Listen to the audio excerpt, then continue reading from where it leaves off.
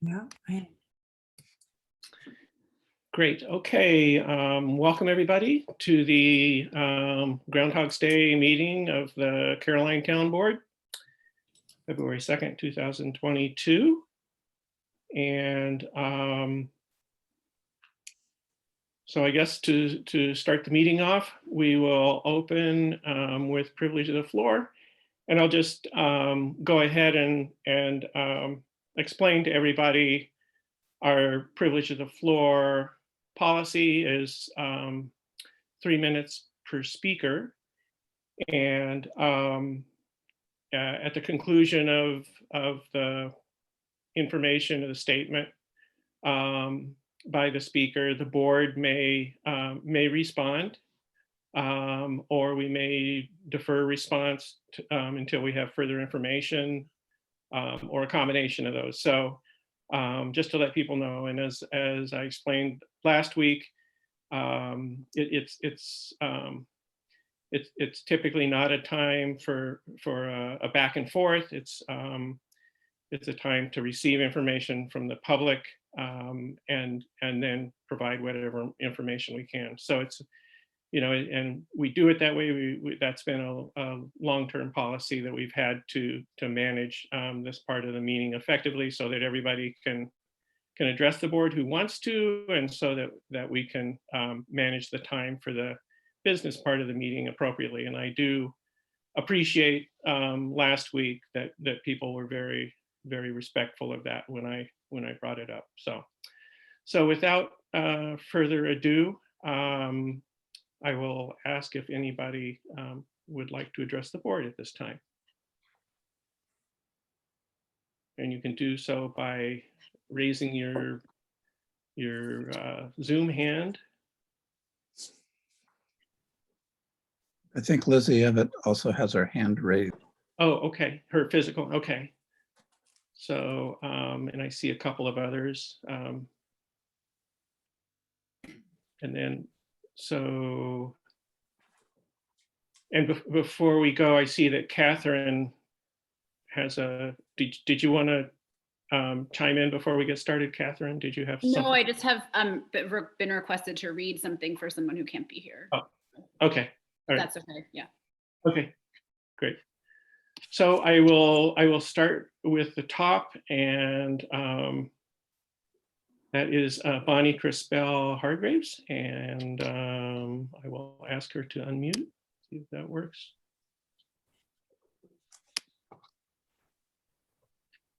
And I apologize, this does seem to take some time on my computer to, there. Go ahead, Bonnie. Okay, thank you. Yeah. My name is Bonnie Crispell Hargraves. The proposed zoning law will affect generations of hard work by my family by causing the loss of freedom that is needed for the individual to be successful in farming. I am in the Crispell family that has farmed and worked the land here since 1850. I grew up on the dairy farm bordering Slaterville that you all see from Town Hall. My twin sister and I walked across those fields to attend school in what is now the Town Hall from grades 1 through 4. My family has worked that farm for over 70 years and continues to. And eventually we added more acreage as my parents could afford it. They bought the farm one cow at a time. When we were little and we were poor, we only went to Ithaca once every 2 to 3 weeks to get groceries because it was too far and took too much gas to go there more often. We dreamed of having a grocery store nearby. This will now never happen under the zoning law. We had dairy cows as well as horses and sheep. And from the time we were 4 years old, my twin and I, and eventually 4 younger siblings, worked really hard to help our parents survive. Often we would help with sick animals until the middle of the night and then start over the next morning. Over time, the farm operation grew, and my brother Rusty is now working over 1,000 acres. From about 1970 to the mid-1990s, the farm was profitable, but that didn't last. Taxes, and even with an ag discount, began to escalate along with costs for machinery, seed, fertilizer, and everything else. It is now impossible to make a living farming. to make a profit. At least we felt we could fall back on selling lots or develop alternative businesses to survive and to continue farming. Now with the proposed new zoning law, you greatly limit whatever choices we have and in effect are significantly devaluing the land we worked so hard to hang on to. We need flexibility in selling land.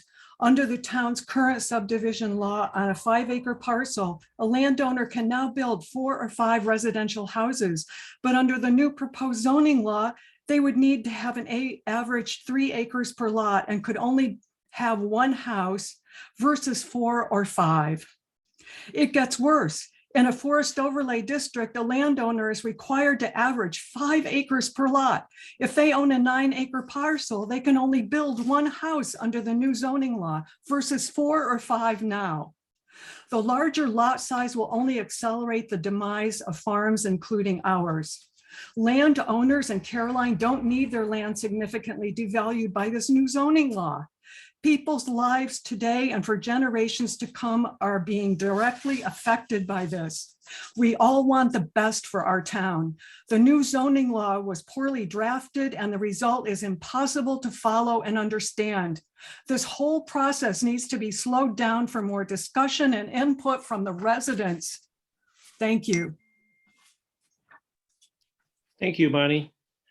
And I'll just offer one piece of feedback. I don't want to, I'm on the particulars, but I do want to point out that the draft zoning, quote unquote, draft zoning law that is posted on the zoning commission page is a work in progress. It is not even the first version that the zoning commission plans to submit to the public. So the points you've raised have been duly noted, and I would encourage you to follow along and see what comes out in the wash. So thank you very much. You're welcome. Yeah. Can I add one more thing? Sure. That it would be helpful if you invited farmers to come and talk with you about their struggles, get their ideas, get their feedback. These are people working 24 hours a day in some cases to survive. Get their feedback. Okay. Thank you, Bonnie. And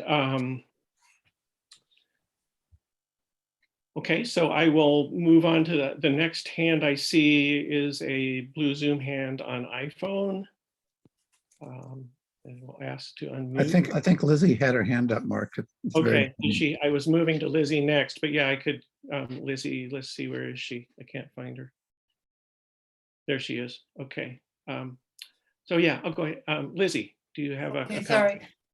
I'm sorry. I don't know how to put up that funny little yellow hand. I'll try to ask my daughter, my my assistant, when it comes to things at the computer, how to do that. Yes, I think it's important to, well, first of all, my name is Lizzie Ebbett and I live up on Bald Hill. I've lived here for 46 years and I love living in the town of Caroline. And I have to say that I was extremely impressed and gratified to see the new comprehensive plan in its updated form. And I'm looking forward to what can happen with the zoning, the draft zoning law. And I would notice that when you look at this draft, this proposed law, it has draft written across every single page. I'm also aware that the zoning commission has asked for feedback, and obviously you are going to be receptive as you were with the comprehensive plan to what people what their needs are. My reason for wanting to speak this evening was to make a very small point, which I think could be a crucial point, and that is that the town of Danby and the town of Dryden have zoning laws, and they're working on updating their laws, at least Danby is, I believe.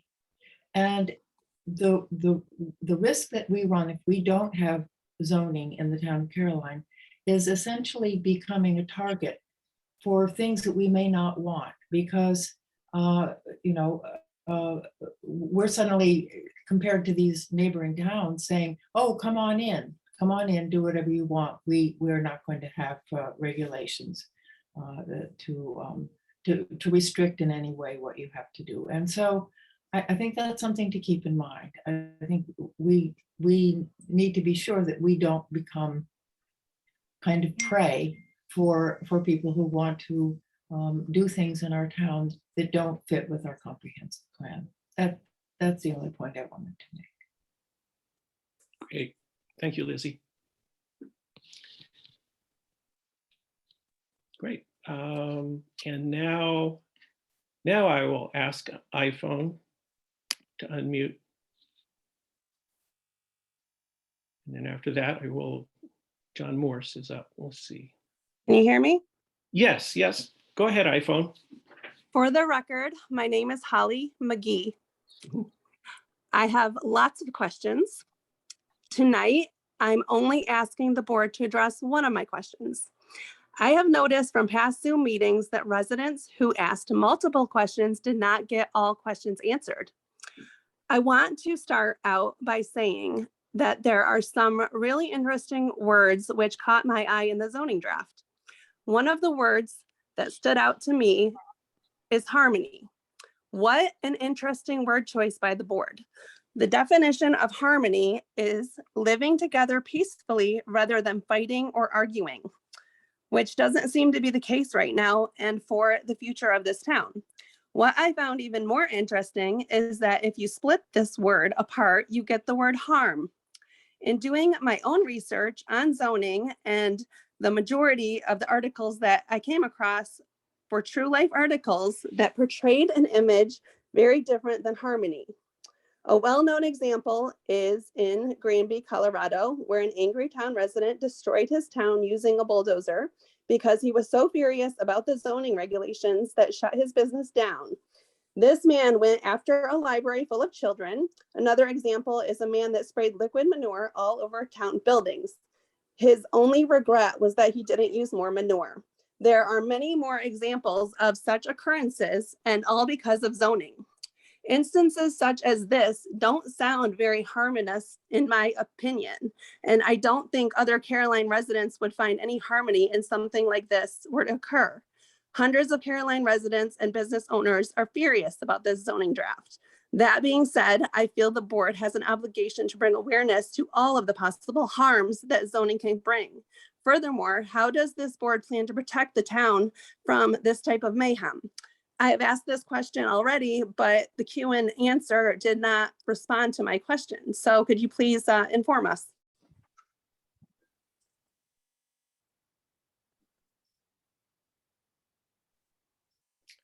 Thank you, Holly. I'll just say I don't really know how to respond to that concern. I don't expect that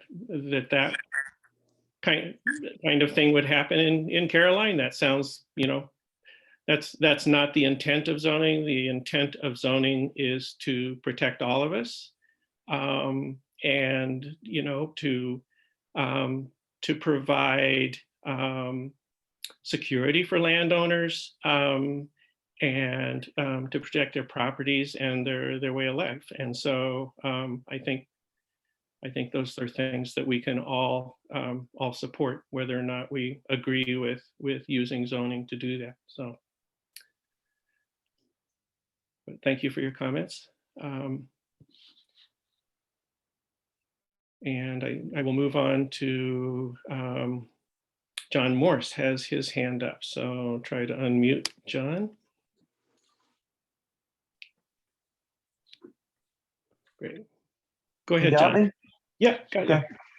So last week I spoke stating that residents are asking for in-person meetings and debate regarding zoning.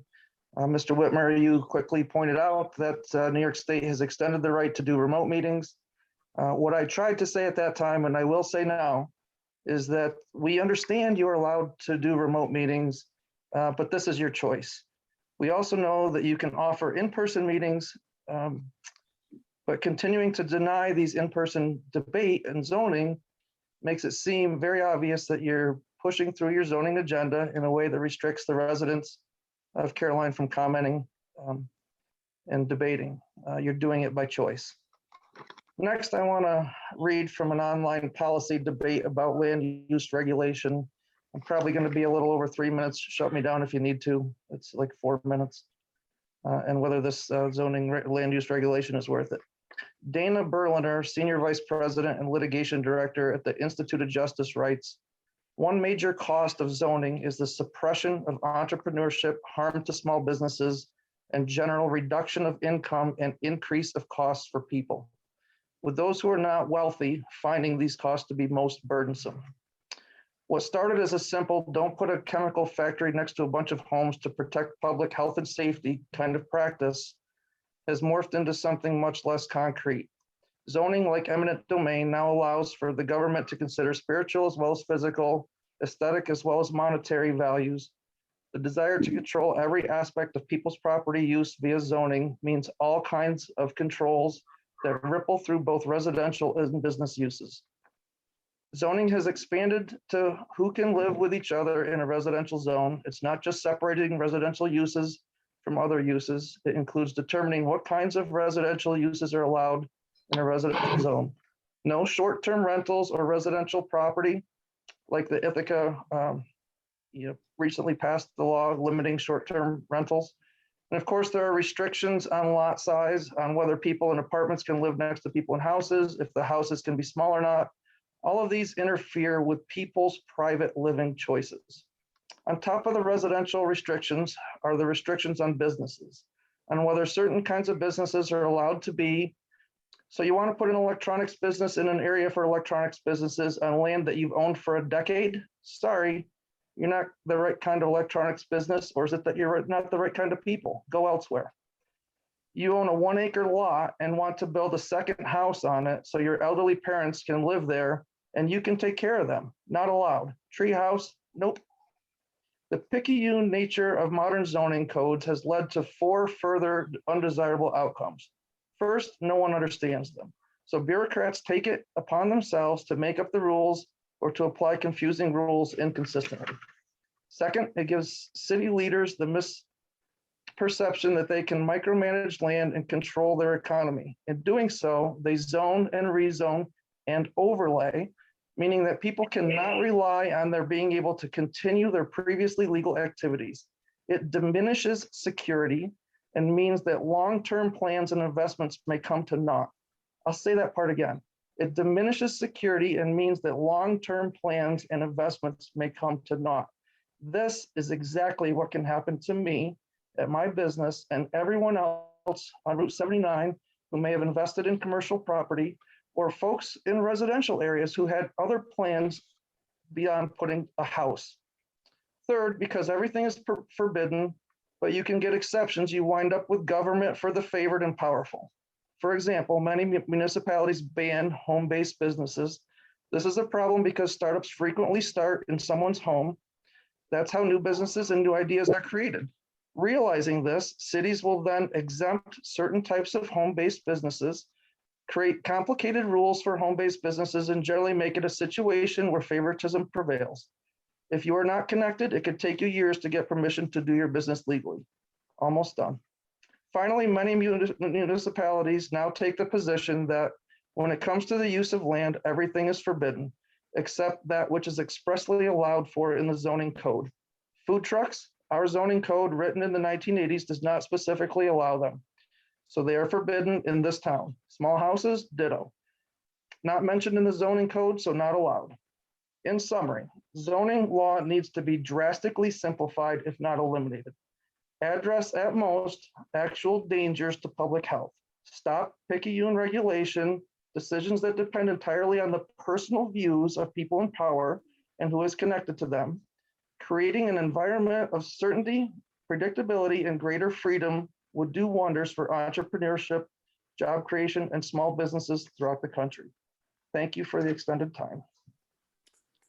Thank you, John. You're welcome. And I just will offer a brief response to a couple of things. So you're absolutely right. it was a choice of the board of whether to allow people to attend in person, and we did that conscious of the health risks that we might be responsible for. So that's what we've been weighing all along. I did inquire with other towns and with the other supervisors, and as of that inquiry, the towns of Ithaca, Danby, and Enfield were holding remote-only meetings recently. But other towns are holding hybrid meetings. And I do expect that the town board is going to discuss how we want to move forward in this regard tonight. So, and then I'll just make a simple statement about your concerns about zoning, just to say that zoning, as you alluded to it, that it's not just one thing. It can be, it should be made appropriate for the particular community, and that's what the zoning commission is working hard to do. So I would just say, again, as I said earlier, I believe in response to Bonnie's concerns, that please stay tuned, and the draft that you see there is not the first draft that the zoning commission has produced for the public. It's still to come. So thank you. And let's see, I see somebody waiting. That person in.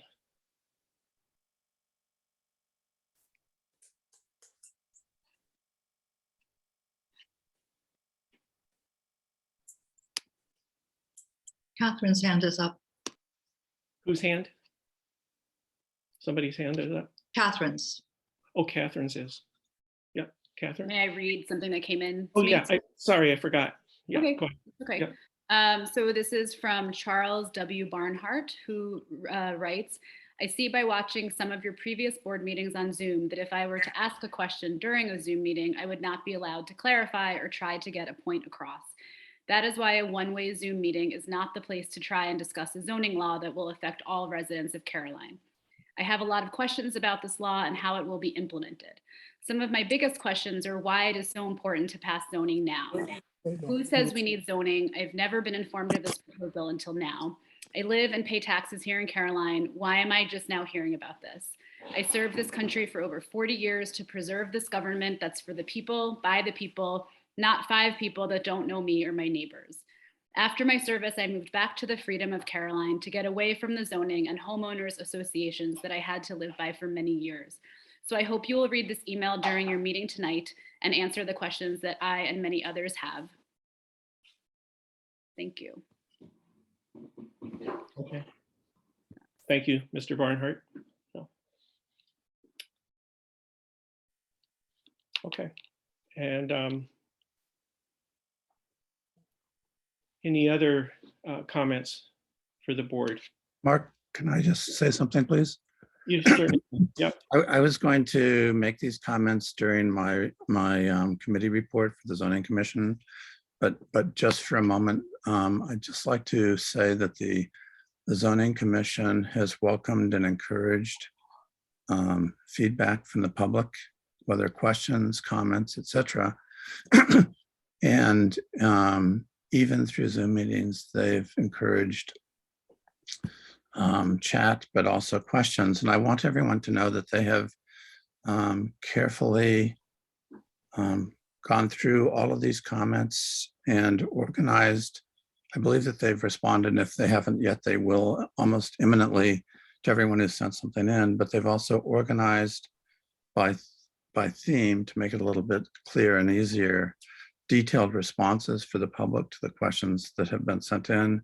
And those, the first group of those questions, I believe, I'm not going to, there are quite a few, were posted on the town zoning commission website either today or last night. So the commission's working really, really hard to respond to the questions that have been posed to them in the best way that they can, given the circumstances that they're trying to articulate a first draft, which they haven't settled on yet. So thanks very much for allowing me just to clarify that. Yep. Thank you, Tim. And I guess I'll ask if any other board members wish to address any of the comments that were presented. Okay.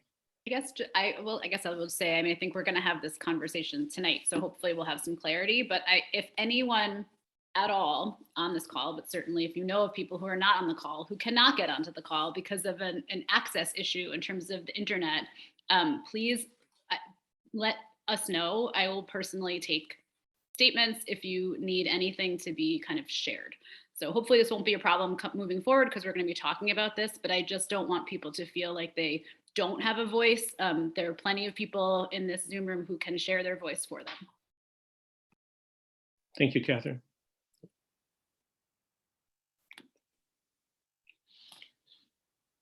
And great.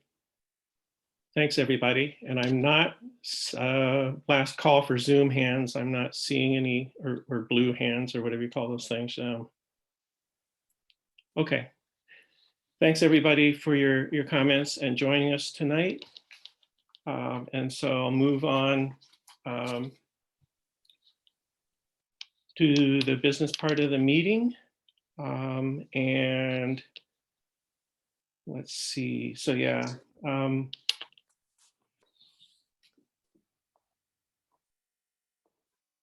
So as far as additions or deletions from the agenda, do any of the board members have anything in that regard?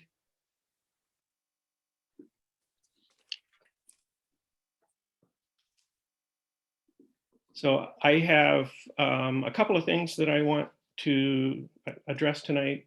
One is that we need to reconsider and reschedule our 2022 monthly meeting days. And I have a proposal for that. I would like to discuss our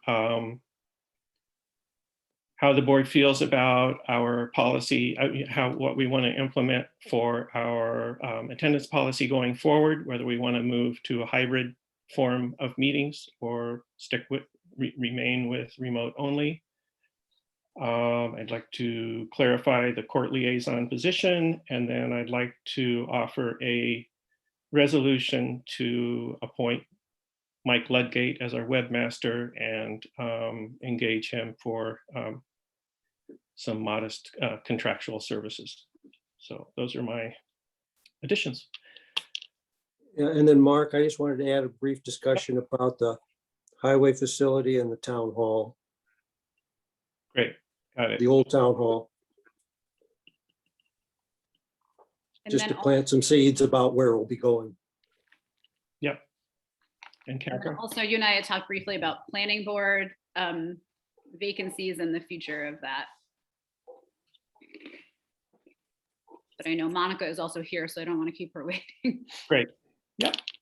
But good to have that list. So great. So without further ado, I will move on to the next part of our business meeting, which is the discussion with Monica Roth about agriculture planning. And welcome and thank you, Monica. And let's see. I need to. All set. Here I am. Yeah. Hi, good evening, everybody. Thanks for inviting me. I do have a PowerPoint, which I'll blast through quickly because I figured maybe the time is spent better chatting. So if I can, let me try to share my screen. It's in progress right now. It's making you the co-host. Okay, you should be good now. Yep, I'm good. There we go. So let's see. Let's figure out where the full screen. Can someone remind me how to do that full screen thing? Oh, there it is. Okay, Okay. good, thanks.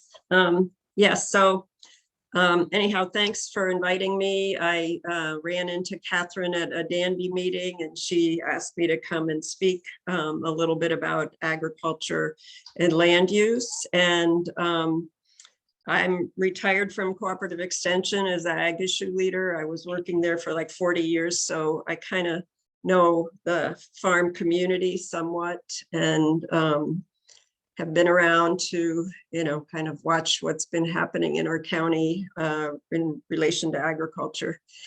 So some broad concept, this is actually from the DNB talk. Why do we even want to preserve and protect farmland?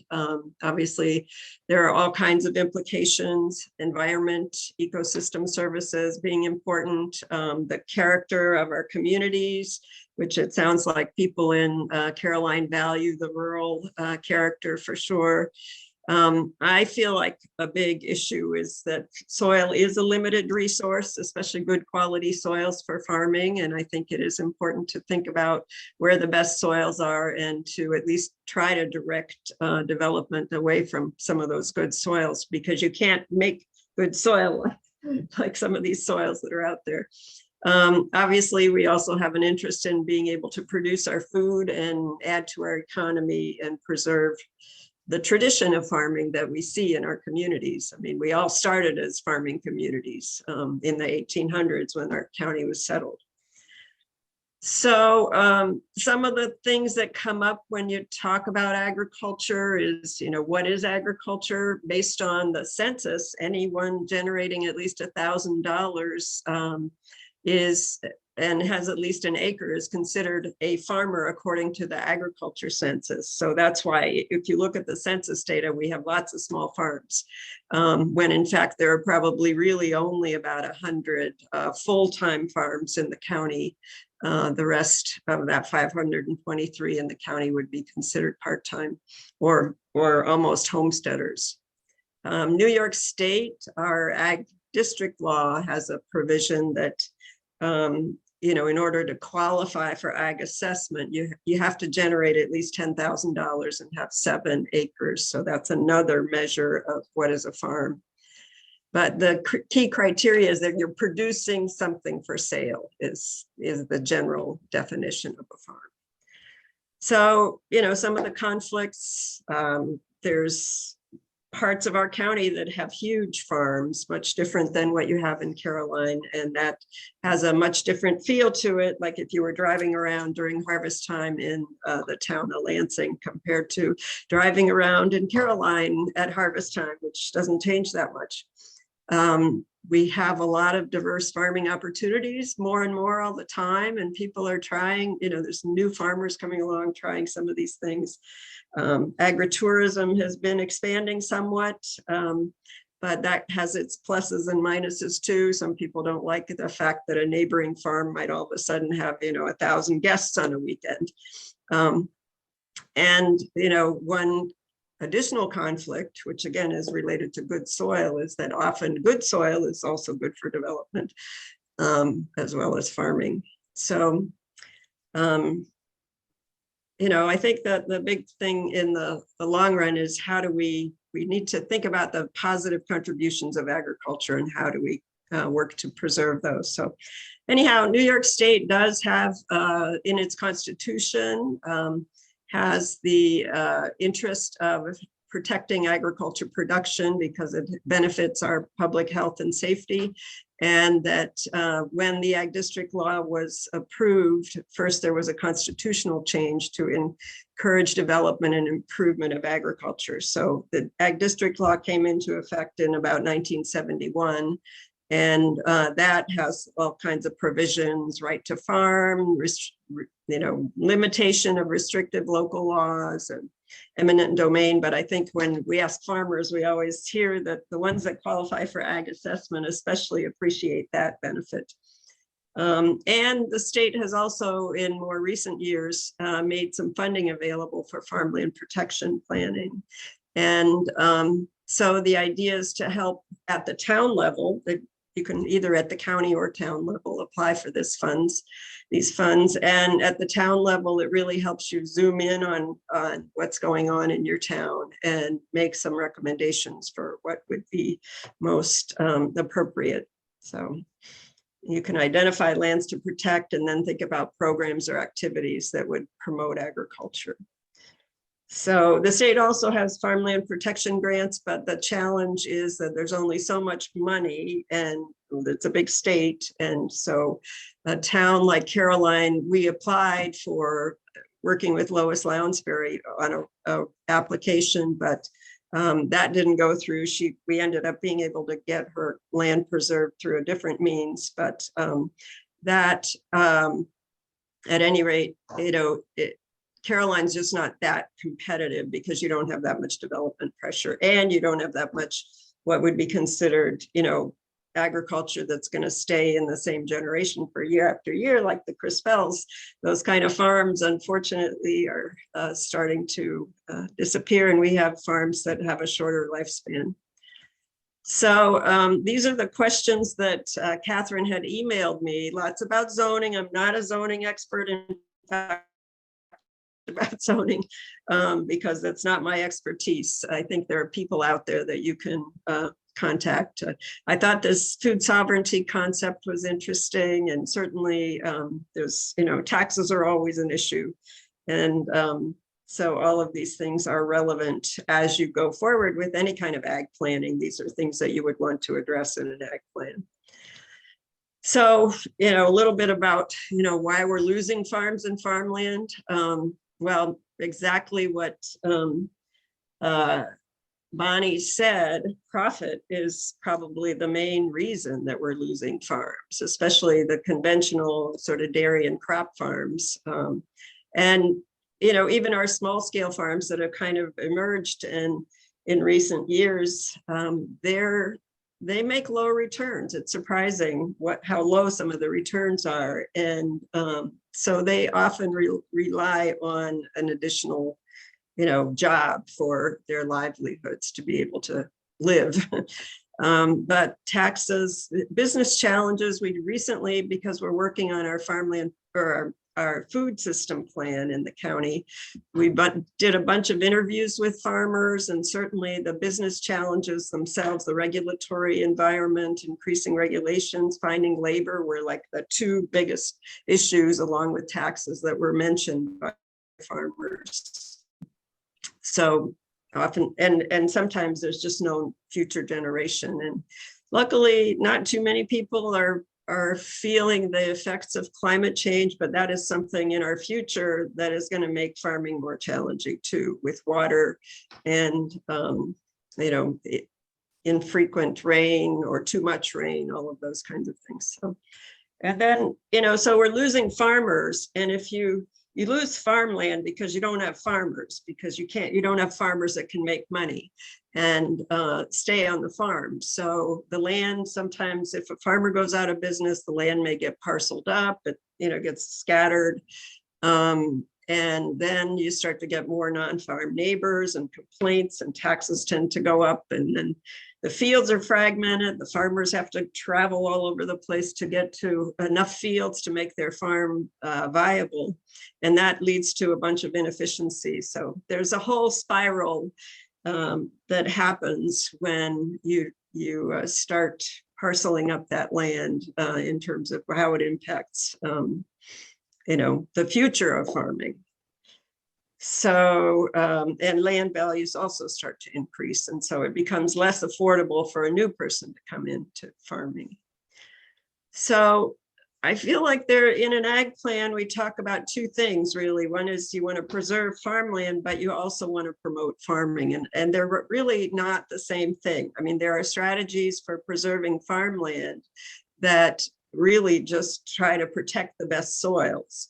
And then I think the effort is to how do you get somebody on that land, and how do you make it so that the landowner who wants to get rid of that land and get some value out of it, how do you make it feasible for them to, get a return on their investment, so to speak, yet be able to move that land into the hands of somebody who might want to get started in farming. And again, it comes down to how do we make farming profitable in order to preserve farmland. So it's a challenge. So promoting farming, there's all kinds of strategies that have been used around the countryside. And I have some resources at the end of the talk that I'll share with you, but you know, there's a whole slew of what's called farm-friendly policies, things that reduce barriers, that make it harder for farmers to do their business. So during a process of developing an ag plan, exactly having the conversations with the farm community and finding out what those barriers are currently to their farming operation would be helpful. You know, we're hearing a lot from younger farmers that land is hard to acquire. Maybe a listing of land that's available is one place you can start. We've been involved with a land link program. Now that's being transferred over to a state program that American Farmland Trust runs. And that is it's not a directly matching program, but it's a place where if you have land, you can list your land, or if you're looking for land, you can look for land. So, but anyone who has land could list their land on that site, and it would be looked at by people who would want to be coming to our area to farm. So, you know, and really, what is that magic bullet that can make you some money in farming? With 40 years of experience working with a lot of beginning farmers, I think that I'm not sure if there's a magic bullet, but it's the motivation and the skill of the person that also, you know, they find the right niche, they figure out how to grow it. It's not like everybody can do this. You know, it does take some skill. It takes even lots of experience working for other farms to get started. So it's not an easy start. From years of listening to new farmers, everyone to a T says it takes about 7 years till they make a profit. So how many people, you know, are willing to wait around that long? And in the meantime, they don't have benefits perhaps, and all of the other things that you know, make farming challenging. So, I mean, there are, you know, things like a local foods directory that you could come up with to promote farming in your town, you know, increasing the viability of the farmers market. I feel like kind of a festival of farming, so people get to know who the farmers are in your town, would be a really nice thing to do, because you're not that big. You have some really great farms, and it would be fun to have some events. The school, we participated in the little harvest festival that they used to do at the Caroline School. That was always fun. So zoning, does zoning work for agriculture? Well, I am not sure. I guess after looking at what's been going on in the towns, I really don't know that it works. The one thing that I do feel is kind of important is that agriculture, the town of Dryden has this, and I think they've done it forever, is that agriculture is permitted in all zones. And maybe even Ulysses. Or like the town of Ithaca has a specific agriculture zone. Believe it or not, the town of Ithaca is the only town that has an agriculture zone. It probably has the least amount of agriculture. In Ulysses and all the other Lansing and others, they have a rural ag zone.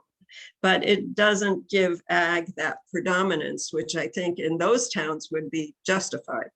But anyhow, the other thing that I have seen in reviewing zoning is that it's really important to look at your definitions of agriculture. You know, what's included in the definition, and give it the broadest definition, you know, allowing for things like agritourism and farm stands and, you know, whatever, specialty enterprises, ensuring that agribusiness, for example, like a service business could be part of your zoning definition, so that, you know, it might be a seed person, you know, selling seed or feed or something like that, that could be permitted. So really looking carefully at the definitions and making sure that you have a broad definition so it encourages a diversity of agriculture.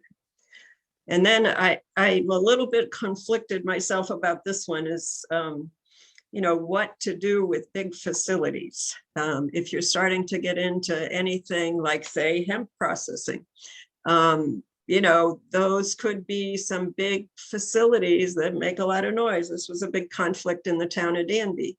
And so, you know, there are issues with bigger production facilities. So how, you know, but you can't necessarily just zone them to a certain place because they are part of agriculture. So it is a challenge because if you do have some houses near a noisy facility, it's not necessarily the most pleasant thing, but it is a short time during the harvest season that, you know, a corn dryer might be running or, you know, hemp dryer or whatever. But, you know, those are challenging times. And that's sort of where the right to farm law, I guess, comes into play as well. I sort of feel like, again, soils are a limited resource, so prime soils and protecting them, I think, are really critical. And I do feel like some kind of buffer is important. I mean, there is a provision in the Ag District Law, which I'm assuming that the town might be following, maybe not. But if there is a development within an Ag District that's within 500, within an Ag District period, or within 500 feet of an active farm, an ag data statement that describes the implications, you know, what farms will be impacted by this development, so that it actually gives the farm a little bit of notice of impending development so that they could come to your town board meetings and make a comment. Otherwise, they might not even know that there's some, you know, housing development. Like, for example, I don't know if the little cottages in Boiseville cottages, if an ag data statement was filed there, you know, to sort of I mean, there's not too many farms that are contiguous, but there is ag land that's contiguous there. So, but so I do think this buffering concept is important. I don't know about the whole cluster development. It's, I don't know, you know, so there's a few of those things as you get into the weeds of zoning, which I think have been mentioned, are a little bit, do they really protect agriculture? Well, you're still parceling up agriculture, and that's when it gets to be challenging. So anyhow, so this is what an ag plan would do. It'll give you really a good look at what, you know, what is going on in farming. You know, it'll help you get some ideas out there.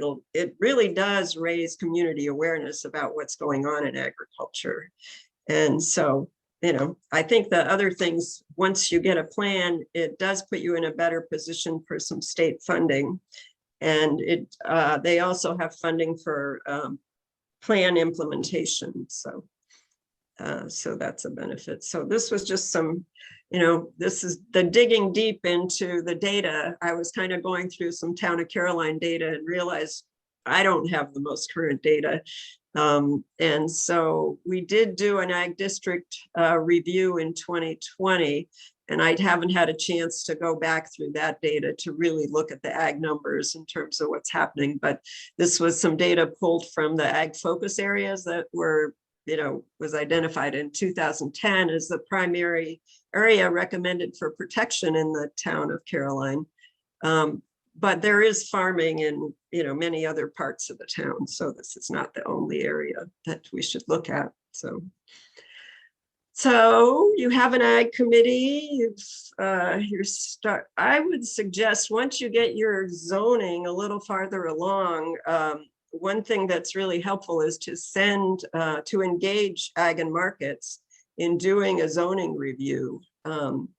They have done that for many towns and have right at the outset suggested, you know, what are policies that are beneficial to agriculture and which ones might be somewhat considered somewhat restrictive. So once you get your draft a little further along, don't hesitate to contact the state and get a review.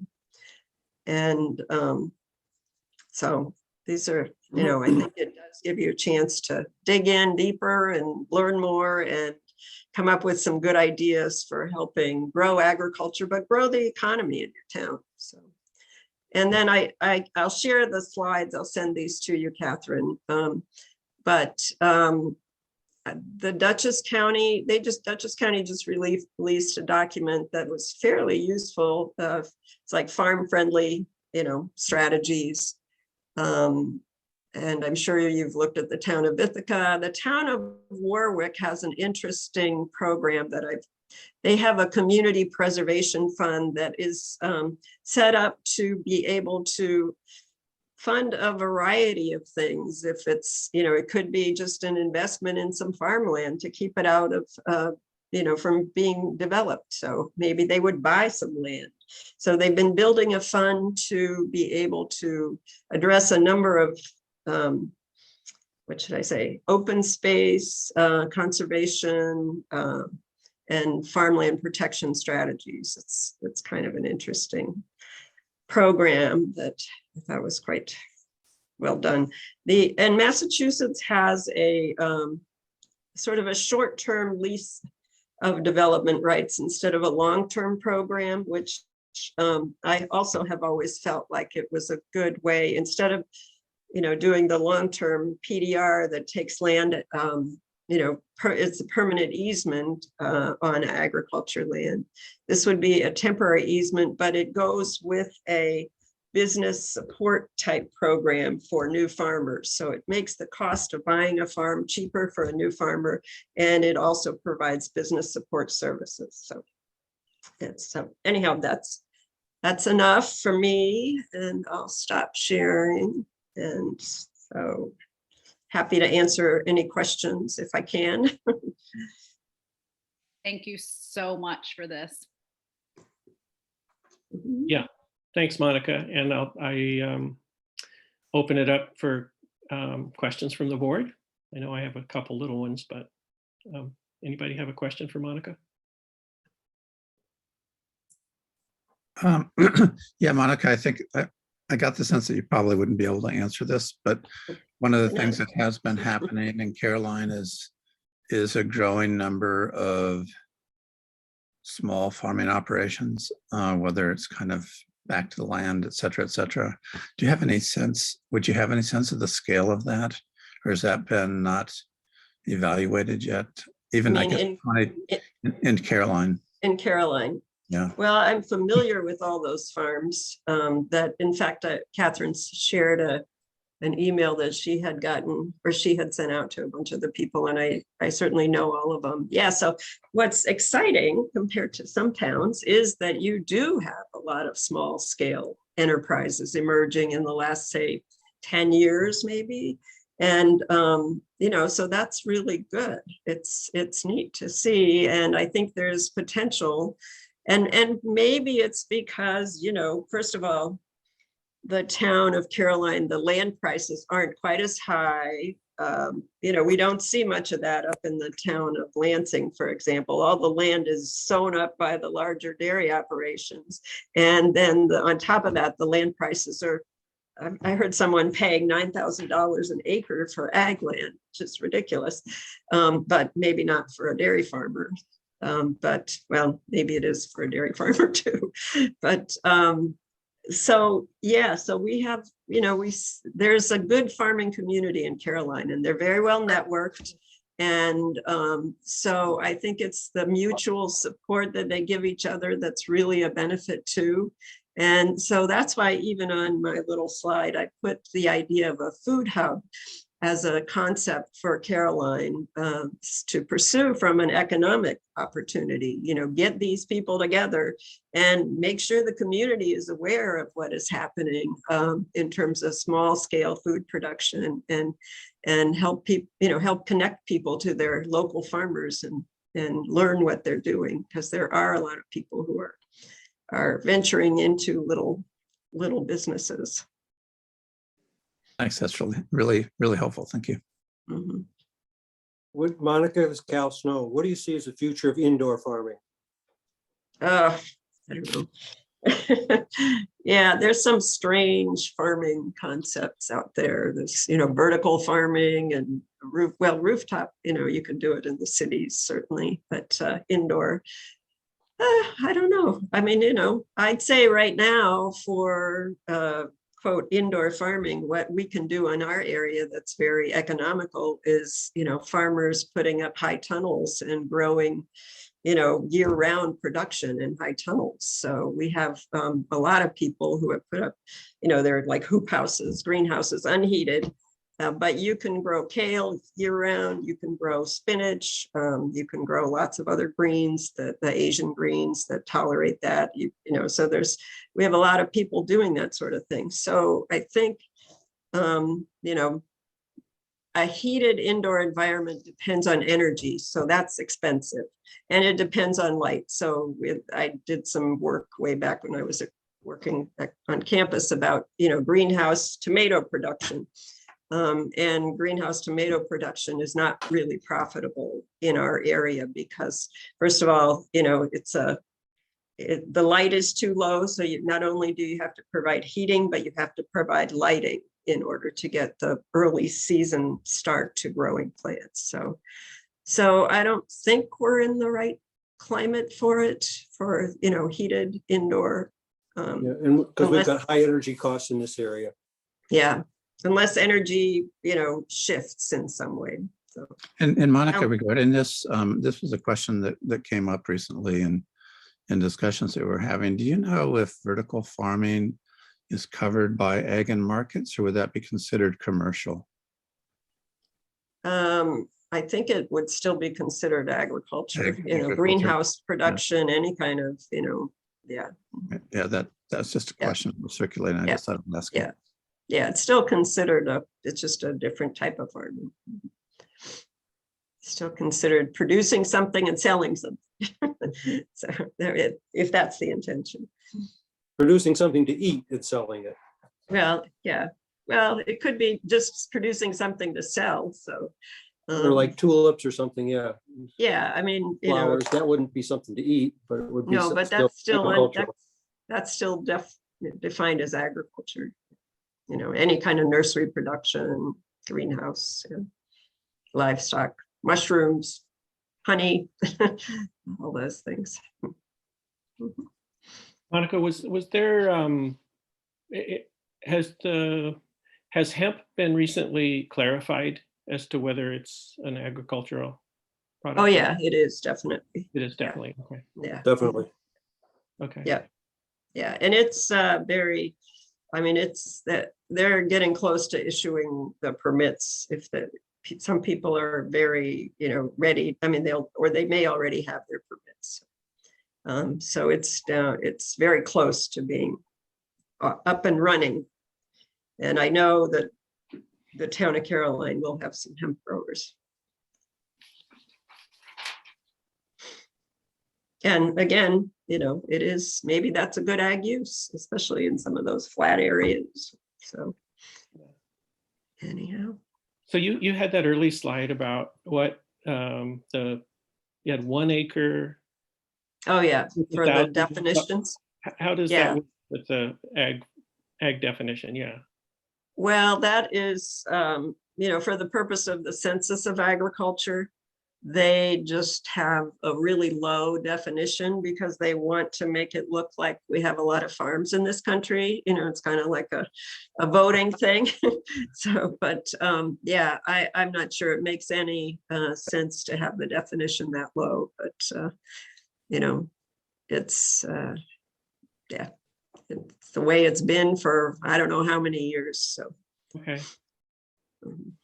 But, if you want a definition for agriculture, that is the minimal definition for sure, And the main thing I think is the fact that you actually have something, you're producing something to sell. So, you might have under $1,000, but you're raising chickens and you're selling the eggs, that could count. So. Mhm. But is there a difference between like industrial agricultural big thing versus a family farm? Is there a distinction? There's no legal definition difference. I mean, the USDA has a typology of farms that they've created a few years ago, from large to small, and certainly most of our New York State farms would fall in the small farm range, which according to the USDA is under 250,000 in sales. So, so we don't, I mean, we have a few farms that are in the $1 million sales, above million, but not very many. Most are, I forget what the average is in our county. But, you know, it's, and then again, there's sales and then there's profit, which is a whole different story too. Right, right. Interesting. But if you need more definitions, I would look at, I think it was ERS that put out this typology of farms. And, you know, kind of it covers a range and describes different farm types, like from retirement farmers to hobby farmers to, you know, so there are many types. And Are there many like corporations that own farms in the area, in the county, or is it mostly local? well, they're local businesses. They organized as a corporation. We don't have outside corporations owning any farms. I mean, we have, you know, probably a half a dozen business structures as corporations. Many have formed LLCs and simply as a liability protection. It's really a liability and business structure more than a, you know, it I was doesn't thinking of represent. more like absentee ownership. No, we don't have any of that.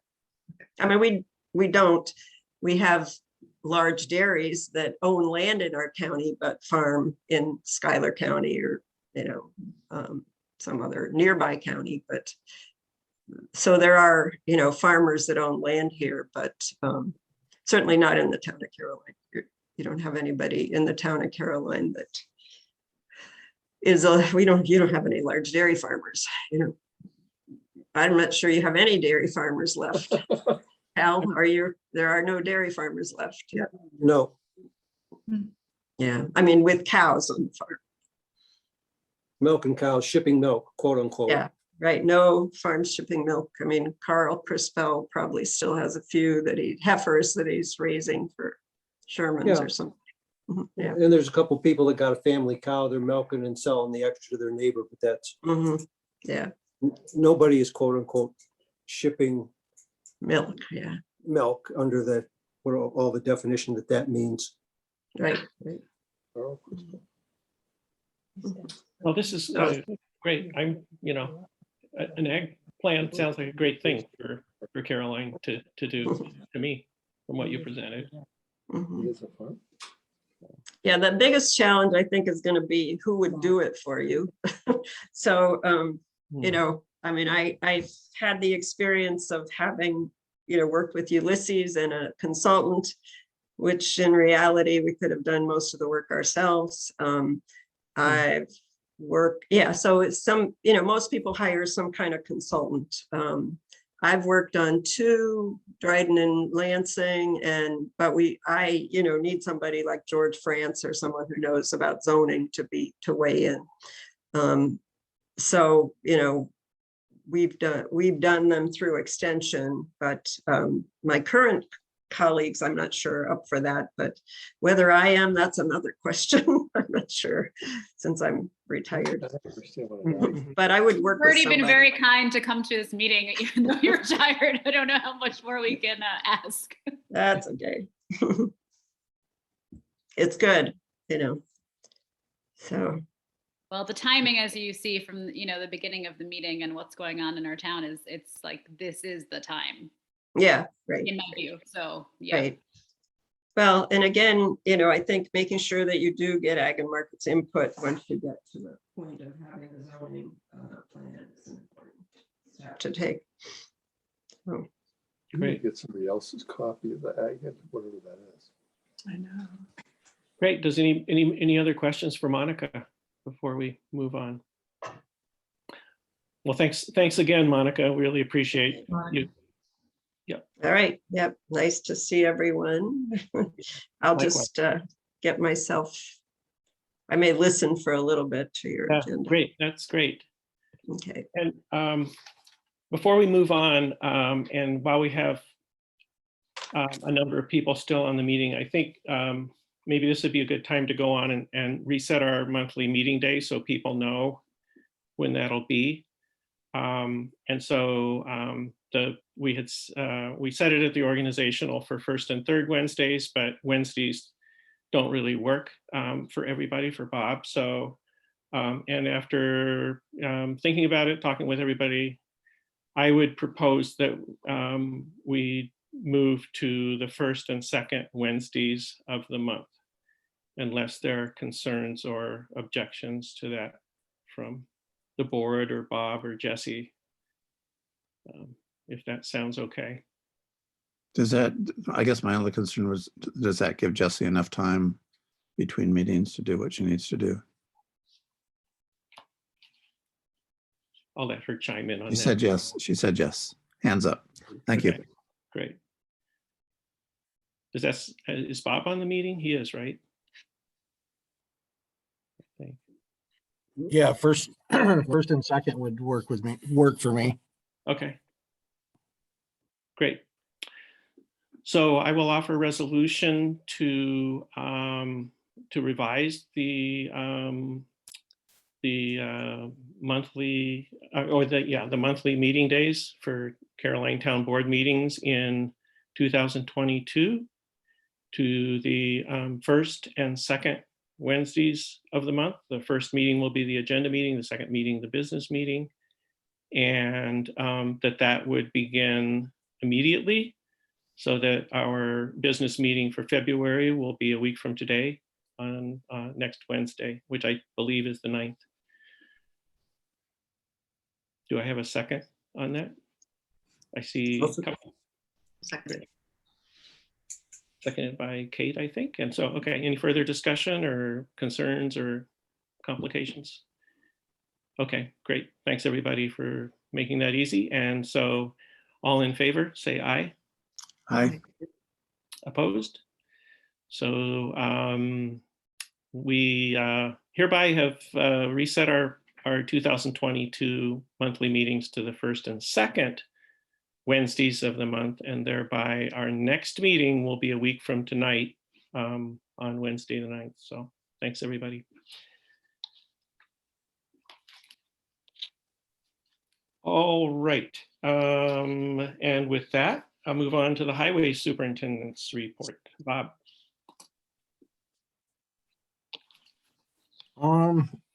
Actually, with what you just said, I'm gonna hold it until next week. Okay, that works just fine.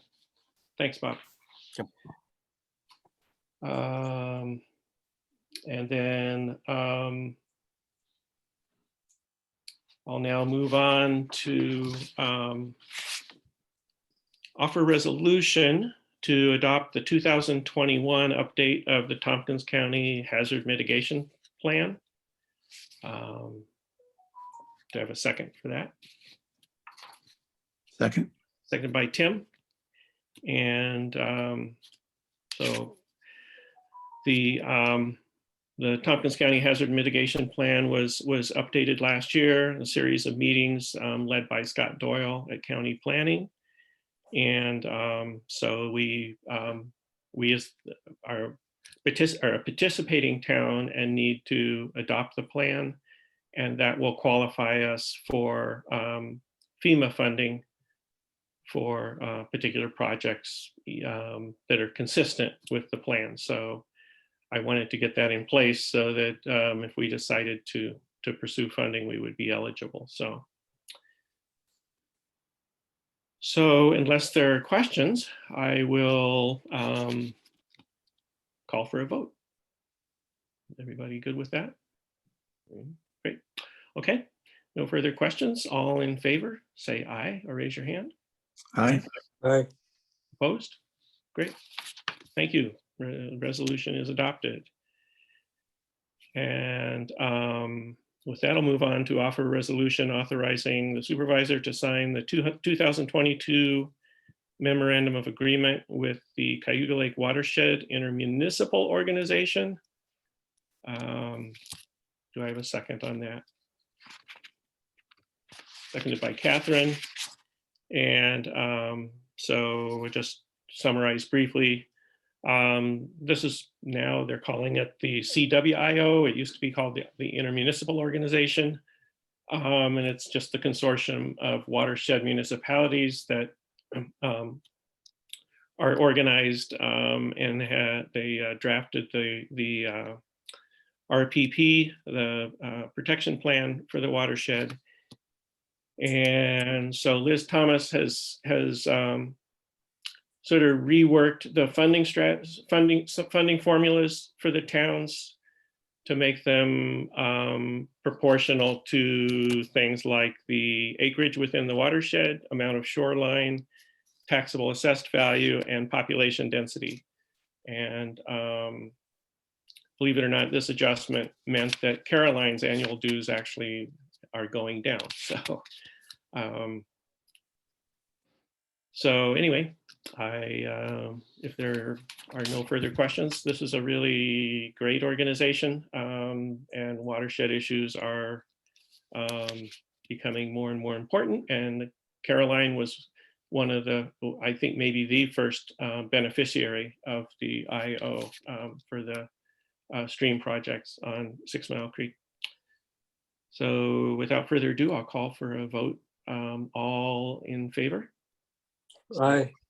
Aye. Opposed? Great. Thanks very much. And moving on, I will offer a resolution of the successful completion of the annual accounting audit of the Caroline Town Court. Do I have a second on that? Second. Second by Tim, thank you. And on January 25th, we did perform the audit by Zoom with the court, and we found the record keeping and accounts in good order. So without further ado, I'll call for a vote unless there are questions. And hearing none, all in favor, say aye. Aye. Aye. Great. Opposed? Passes unanimously. Thank you. And moving on, I'll offer a resolution of completion of the annual accounting audit of the supervisor's office and the town clerk's office. And do I have a second on that? Seconded by Catherine. And on the same day, we did audit both my office and Jesse's office, and those audits were successful in that they did not find issues. So and found the record keeping and accounts to be in good order. So without further ado, I'll call for a vote. All in favor, say aye or raise your hand. Aye. Aye. Opposed? Great. Passes unanimously. Thanks very much. You got that annual duty off our plate. So, all right. Let's see. So with that, I'll move on to committee reports. And call for, and Tim has his hand up. Yeah, I'll just make a very brief report about the zoning commission. The next meeting is scheduled for Tuesday, the 8th of February at 7:15. That meeting is scheduled to take place by Zoom. I might also mention, just reiterate what I mentioned at the top of the meeting in case there were participants who weren't here, that one of the really amazing things that's happening in the town around the discussion of zoning has been a wonderful expression of passion about our town. And the result of that, one of the results of that has been the delivery to the zoning commission of tremendously detailed comments and suggestions and questions that I've seen have been tremendously informative for these early discussions of the zoning commission that they're about to start next week in terms of a rough draft of the zoning plan. So I would encourage the community to continue to communicate with the zoning commission. And in response to that, the zoning commission has spent quite a lot of time in the past few weeks culling the many letters that have come in. I believe that they've been able to answer acknowledgements to everyone who's sent one in. If they haven't, it's imminent. A few are left, I think, in the next day or so. But instead of answering each letter in detail, they found that there's a lot of repetition in some of the questions. So what they've done is collated these many letters into thematic areas, and they have answered the questions to the best of their ability in these areas. And today or last night, I'm not sure exactly when it happened, they then posted a very long document on the town zoning commission website. So if you're interested in hearing the zoning commission's response to your detailed questions, you're most likely to find them in this document, which I think that they're going to continue to try to update. And it's really important, I would say, regardless of where you fall on the zoning spectrum, for, against, et cetera, it's really helpful for the zoning commission to hear some of the kind of details that were presented in the meeting tonight, regarding your particular circumstances, your land, your business, et cetera, because I mean, one of the things that I've come to value from the zoning commission is its deep interest in working to address the needs of the town at large. So please continue communicating with them. It's been incredibly helpful from my point of view. It's also tremendously uplifting to see our town be so passionate about itself, and in hopes that can be positive as well. So thank you. Yeah, and I'll just add on to that, Tim, that I know that they are preparing another set for posting in the near. They absolutely are, but yeah, the first set- volume was quite significant. So, and they've spent a lot of time on this. I think it's really important to try to answer some of these questions. But you're right, Mark. There's another set, a more recent set that they're working on now. Great, thank you, Tim.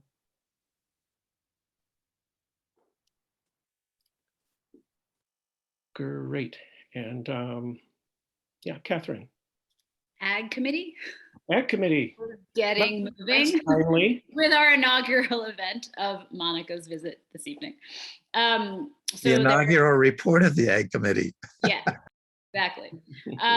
So I think Don was on the meeting earlier. There's been quite a lot of really phenomenal buzz and communication and feedback and all the things about ag in the town.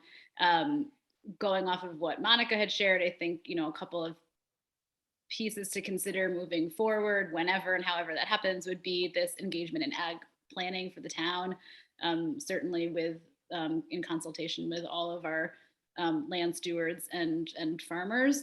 The ag and markets review of the zoning law, I think, is super important. I mean, we can continue to talk about the timing of that, but that would be something to talk about with the zoning commission. And then also potentially a revision or review of our right to farm law, which seems apt at this point. So that's kind of where we are, but there's been quite a lot of really incredible feedback from just initial outreach. So. Cool. Catherine, have you, do I infer, are there more members interested in the committee now? Or is that what you're just talking about conversations about agricultural in the community, or have yeah. Cal, do you want to chime in here? I mean, I don't know, in terms of official joining of said committee. Or interest. I guess not my primary priority, but just starting informal conversations. Good, perfect. Is that anything you want to add, Cal? Because you've been on those. Well, it's amazing. You keep looking, just like reading through the letters on zoning, about zoning. Well, here's somebody else I didn't know about, that they have a small fruit farm.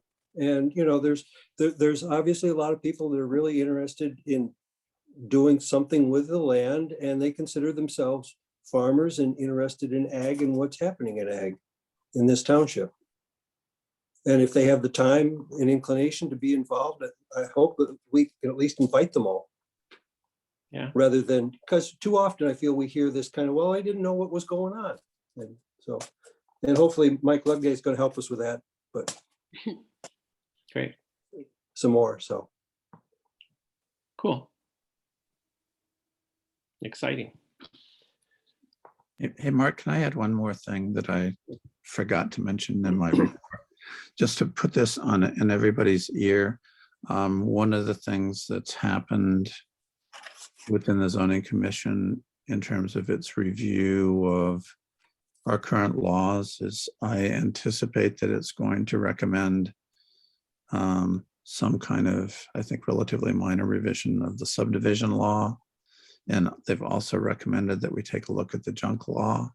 And one of the things that they were discussing was to whether or not to recommend wrapping the subdivision law within the larger zoning law or leave it as is. And I think that the tendency that they're going in is they will recommend to leave it as a separate law, but it will need to be brought into sync with whatever ends up being discussed. And so one of the questions that they had was when to do this, when to undertake it. And I suggested to them that I saw no reason why we probably couldn't consider these synonymously once the zoning commission recommends something to the town board. My hunch is they're also going to recommend some revisions to the subdivision law, but I just wanted to start us thinking about this, about when we would want to handle these kinds of things consecutively. And it seems to me that one of the things that we could do with the subdivision law, maybe after we get a little bit more feedback from the zoning commission, is then ask the review board to take a look at it, which they'll need to do that for the site plan law anyway, which also the zoning commission is looking at. But I just wanted to mention that to everybody, just to put it on a radar screen, and also so that we don't feel overwhelmed down the line, but so that we can come up with a kind of systematic, strategy of dealing with this stuff. Okay.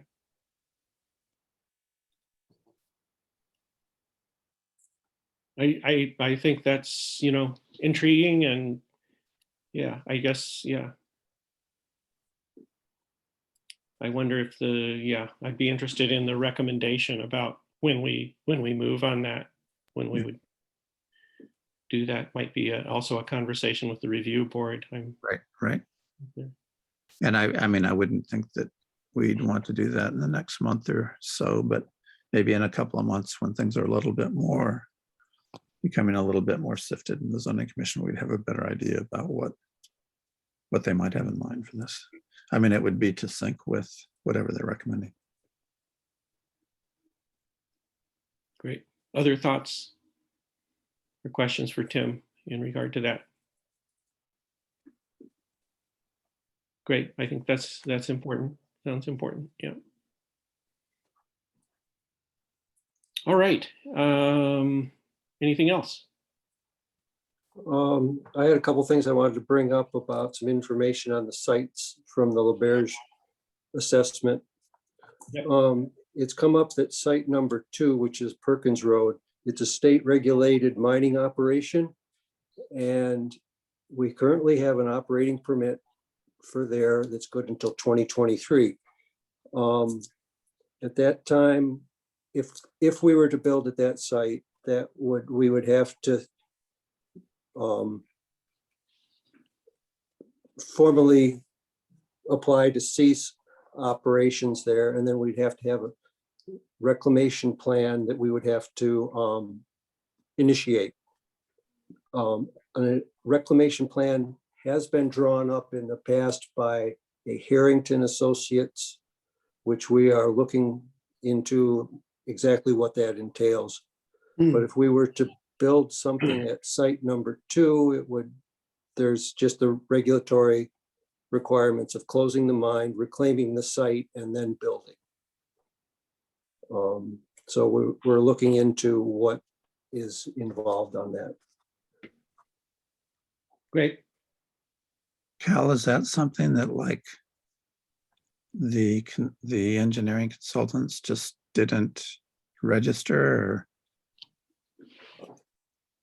Correct. Okay. So we've been in touch with them and working with, you know, they're trying to, Jesse's got to look for any records she might have, and this, they're trying to locate Harrington Associates doesn't seem to exist anymore. So if it's a company that merged with somebody and it's just gotten, you know, internet searches seem to kind of go nowhere. So We're working with the engineering. LaBerge. I thought our agreement with them was completed. Yeah, but they were willing to, you know, I think maybe they realized that something fell through the cracks here, and they're willing to kind of, okay, let's, you know, get this figured out. You know, because that's part of that. It changes the rules on that site quite significantly. Reclamation would be very expensive. So it would, you know, leveling, grading, planting, whatever would be required from a reclamation point. Yeah. So If I could add something to that, Cal. sure can. Some of what Cal's trying to say is, you know, this mining permit was done years and years ago. So this plan was, you know, put in process years and years ago. And a lot of it, I think a lot of it, when it was set up, was with the intent of not closing that as a mine.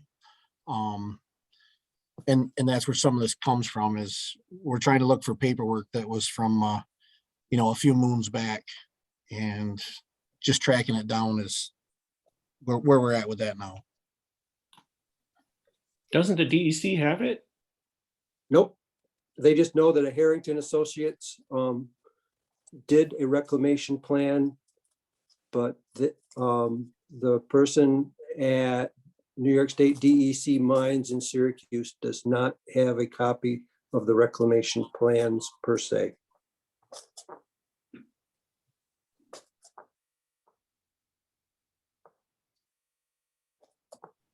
And they have no idea where else it might be filed. It's not with the county. It's not another office. When was it filed? Do they know? Like what year? I didn't get a date. Like 1900 or? Oh, I don't think 1900, but Okay. I wonder if there's a window where these things expire and go away. Yeah, like it's dead.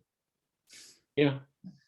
it could be, but it's something that, you know, and it's a new wrinkle in things that we need to keep pursuing and getting figured out. So, Right. you know, I'll keep working along with the DEC and looking at that. So it kind of, for me, for right now, that kind of narrows, it seems right now to kind of eliminate the possibility of that site, but maybe I'm jumping to conclusions. Yeah, I think we'd want to clarify this before we, you know, make any determinations. Yeah. Last meeting, we talked about trying to get together as a group and drive around and look at the 3 sites. I think that's premature right now. Why? What is there to see? It's too cold? Well, or, you know, just arranging things, getting everybody together and stuff. I mean, I'd like to do it if we can. I tried sending out a doodle and didn't have much luck with getting it done for my high computer skills. So I don't know if just tonight we can just say, hey, this Saturday we could get together, meet at 10 o'clock and drive around and look at these 3 different sites. I thought we were talking about looking at some other sites too, that other towns, similar sized towns have. And talking to Bobby about what's needed. I don't really have a good feel about what's needed. Maybe you all do. Yeah, that was another thing that we had wondered about, but I think, yeah, this step was to just look at these 3 sites, but I do appreciate what you're saying. Yeah, as a group, I thought we were just, wanting to go together to, some of you weren't quite so sure what and where we were talking about and just, so We wouldn't want to do it this weekend because it sounds pretty nasty. Well, I think the Adrian. the snow is supposed to stop at some point. Yeah. you can traipse around in 18 inches of snow if you want. Well, we're Well, meeting let- next week, so We'll next talk about some Wednesday, more we can about talk that. about a time then. Yep. Okay. I'd also like to talk about the town hall. Just what direction we'd like to take it on the project. Just kind of fix up, paint up, or are we gonna, strip the siding, put up new siding, and do really a major outside renovation? I would like to get us started on that, but I need to know which direction we're gonna take. I think they're two very different jobs. One is taking off all the old siding, insulating, air sealing, everything that's involved in that. The other, to my mind, is just surface preparation and a good coat of paint. I've been looking at the NYSERDA website and got a little turned around and didn't get back to it about whether there was some funding from them that we could get for the installation.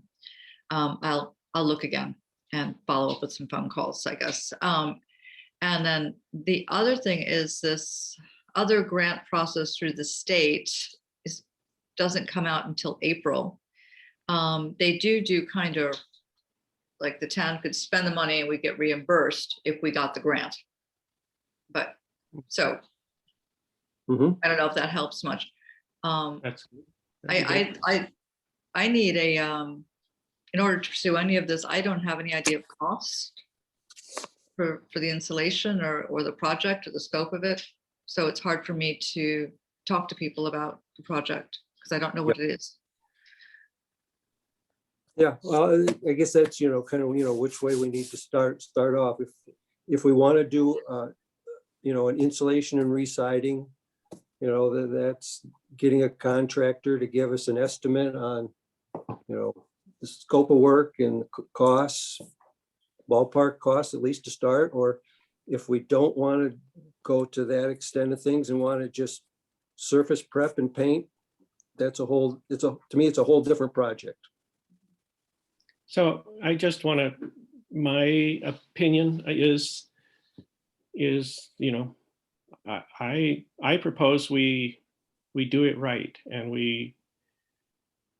this was going to be, it's integrated with the geothermal project. And the goal was to bring down the energy demands of that building to where the geo could cover most, if not all, of the heating load for that building. And I just think it would be, really good for that building as a historic structure to fix it up well, to insulate it and air seal it, I know we've had the discussion about whether we would re-side it with, the same wood or different wood or some sort of a composite. And so I think, for me, I think the board would need to know, kind of what the cost of each of those options was and what the long-term benefits would be, what we would expect in terms of frequency of upkeep, and so that we could make an informed decision. I think it's a good opportunity to really, I think we can do this. I think we can, look at it in a it's like a capital planning project, and look at the consequences for both the upfront costs of doing the project and the operational costs down the line, including maintenance. So that's my long-winded proposal. And so, and we did put in an RFP for painting the whole building like in 2017, and the cost was really high. Yeah. It was a lot of money. So, How much and was it's it? not, About. I think it was $100,000, something like that. So Mhm. we have the proposals here. There are 3 of them, so I'll pull them out and dust them off for next week. But there is lead paint that would have to be dealt with, so. Wouldn't we have to deal with the lead paint in any case also, Mark, even if we remove the materials? Right.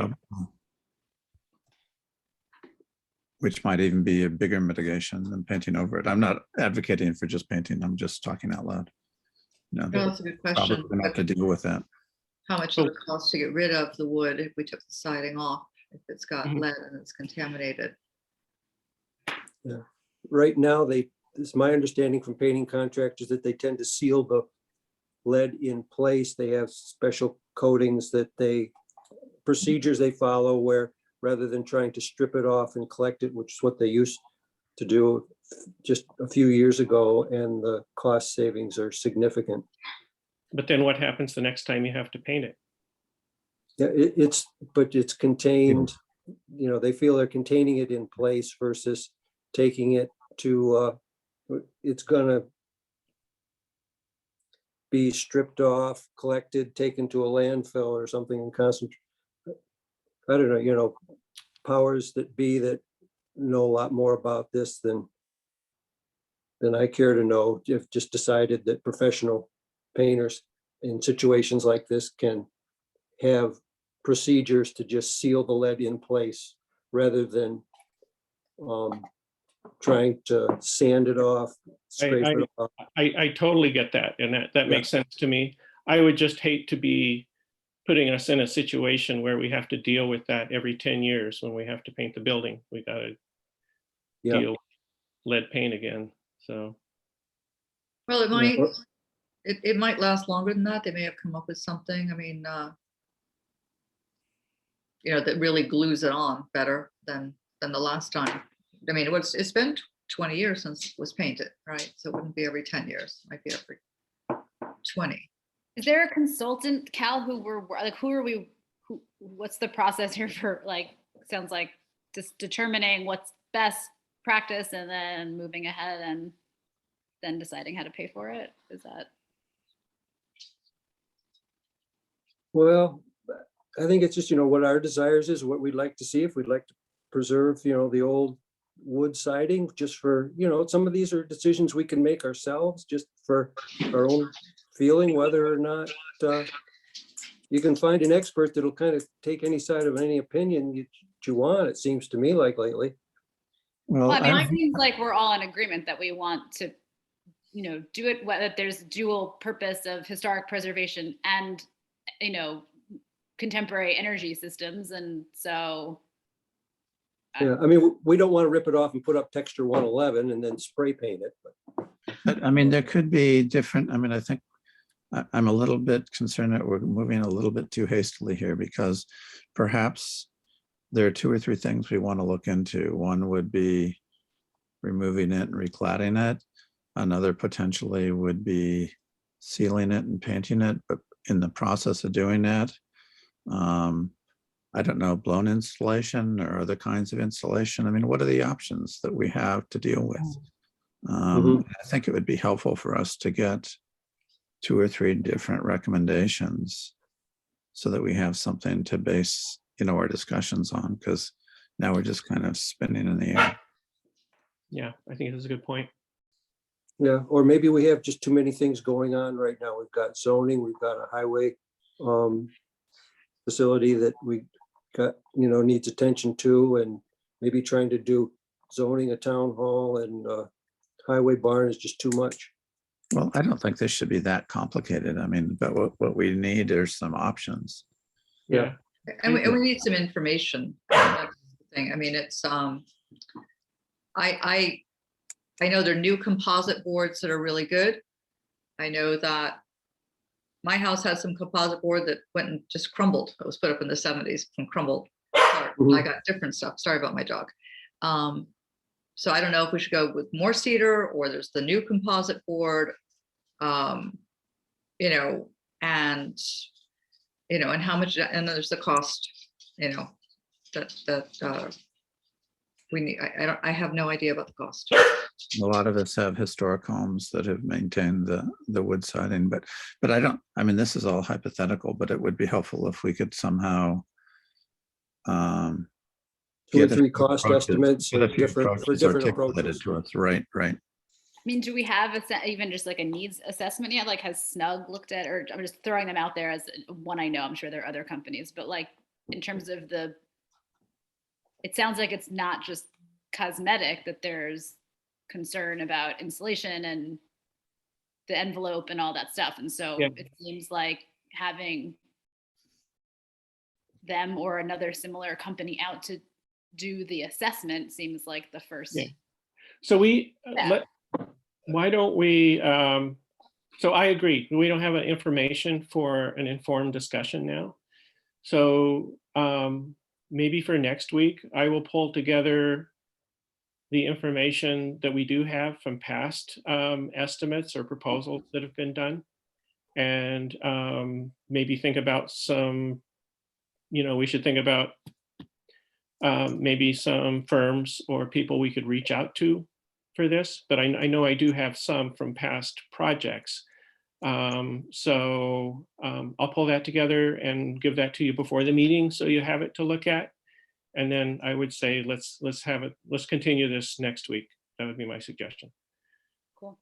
And then the only other thing I would throw out there is that I actually would suggest that this could be a community building project. Obviously, we're not going to like pay for the whole thing with a town bake sale, but having an actual capital campaign that the community can participate in to restore the town hall. I mean, I think probably most people in the town can agree that we love that building and want to see it, stand. So I don't know if there's some way to make that a community building event. I would be happy to look further into that. That, and Catherine, I think it depends what kind of a project you make it into. If it was just a surface cleaning and let's just put a coat of paint on it, I think that's something that you can do as a community project. But when you're getting into removing siding, air sealing, Lead paint. insulating, that becomes more of a contractor's. Oh, no, I didn't mean that we're doing the work. No. I am saying like have a fundraising experience to like, Okay. get together and on behalf of our town hall and just make it a fun thing. Okay, I thought maybe you were talking, let's get together and paint the west side of the town hall this weekend. Oh, shit. Actually, I kind of like the idea, but I mean, I couldn't do it, but sure there are very Grants. talented people in our town. Some of the grants I looked at do have a work in kind, so we can get volunteers and it counts towards our part. So. Mhm. okay. Good. Okay, and then just in terms of facilities, maintenance and things, we've got a town highway barn that, we'd like to replace. Really? It's got a leaky, yeah, but it's got a leaky roof. It's got a electrical system that's in bad shape, and it's it leaks heat in the winter like anything badly. It's a challenge to heat and keep a good work environment. I would, like to work up something with Bob that I think any sort of a new highway facility is going to be a ways off. And, we've got 3 old roofs on the old barn. If we need to work up something on that too, of getting contractor prices for putting a new roof on the old building, getting the doors, just the general pass doors, not the overhead doors, fixed up, and the electric service up to code. The electric service is not up to code? Certainly not. It's, insulation is in bad shape, several If people. the have looked electric at it. service is up to code, how are we operating in it? Because it's just that ongoing thing. It was fine when it was installed, but wire is getting frayed, rodents have chewed corners. When you start looking at it, it's. So Cal, it's- so I have a question. And I know that, you know, there are issues over there. But I thought, and is Bob still with us? Yeah, I'm here. Okay, didn't you have some work done on the doors and stuff, Bob? I thought it's so No, last year we had some tin put on the front of the building right. because the birds were literally flying in and out. What Cal's referring to is the building at one point was up to code. Over the years, code has changed. Certain things have changed.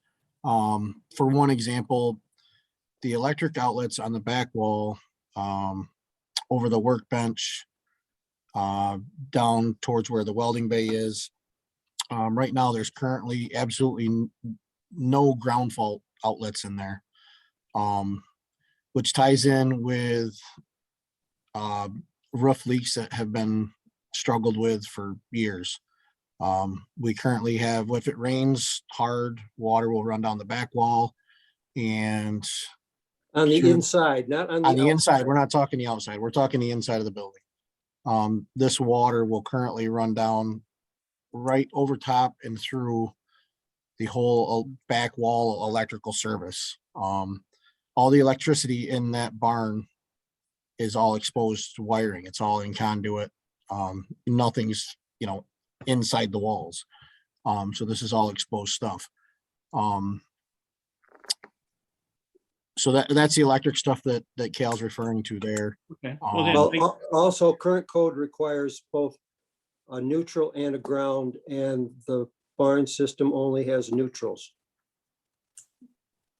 So, and Yeah. that's, but it's just the insulation is old. It's what do you call it? It's getting, sure, I get it. So, I mean, yeah, I guess. and So the it's just, it's getting, things get to a point where, they're kind of bad, and then they get a lot badder fast.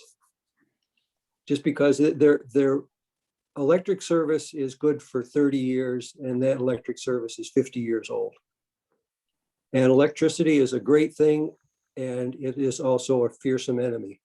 So anyway, are you going to work up, you and Bob going to work up a proposal or something, or let's, obviously if there are safety issues, then we need to address those. Well, Yeah.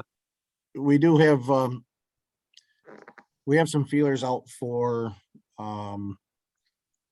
some different, agencies to look at it.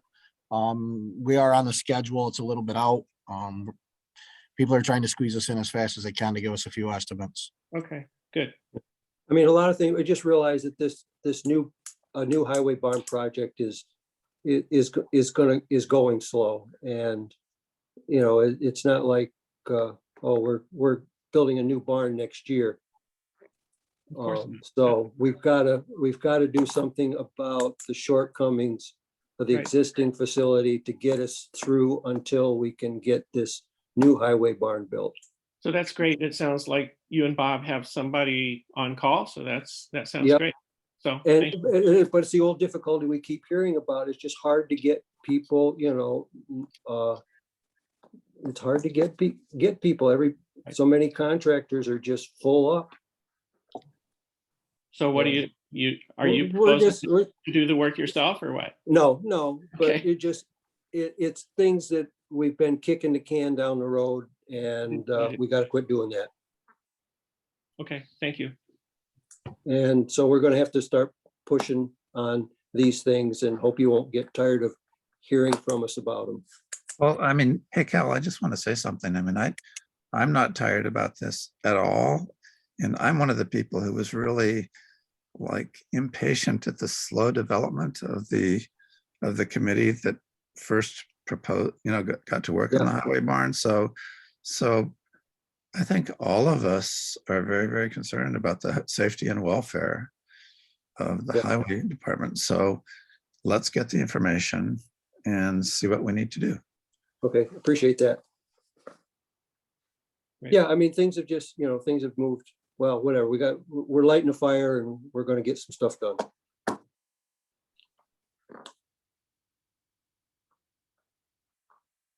Great. I think that's enough out of me for tonight. Seems like there's some other things, but I can't see them. I'm a little concerned about Site 3. I'd like us to put in an option or a right of first refusal if the owner of it. Can we did not decide- discuss this tonight, Yeah. please? This isn't appropriate. Yeah. Okay, So thanks, Cal. So I would, I guess I'll ask for approval of the minutes of January 19th. Does anybody have feedback for Jesse on those? Catherine? No, you're just leaning forward. I'm Okay, leaning forward in Okay. appreciation of Jesse. okay. All right. Great. Thanks, Jesse. The minutes of January 19th are hereby approved. And before I move on to the next, I need to address, first of all, I'd like to talk about our meetings going forward and whether we are prepared at this point, given what I mentioned earlier with our hybrid system, to move to having our meetings be hybrid, where town board members could attend either remotely or in person, and members of the public would be able to attend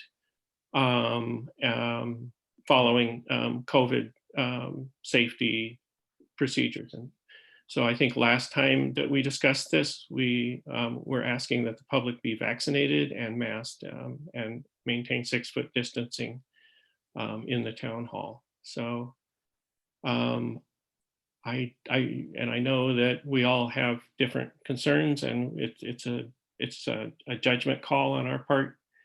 So I just want to put that out there to see if people are comfortable moving forward in this manner. I'm fine with it.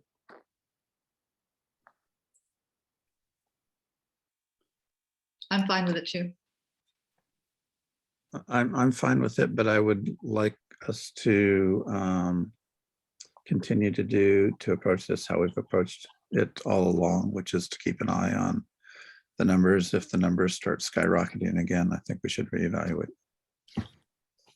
Totally agree. Yep.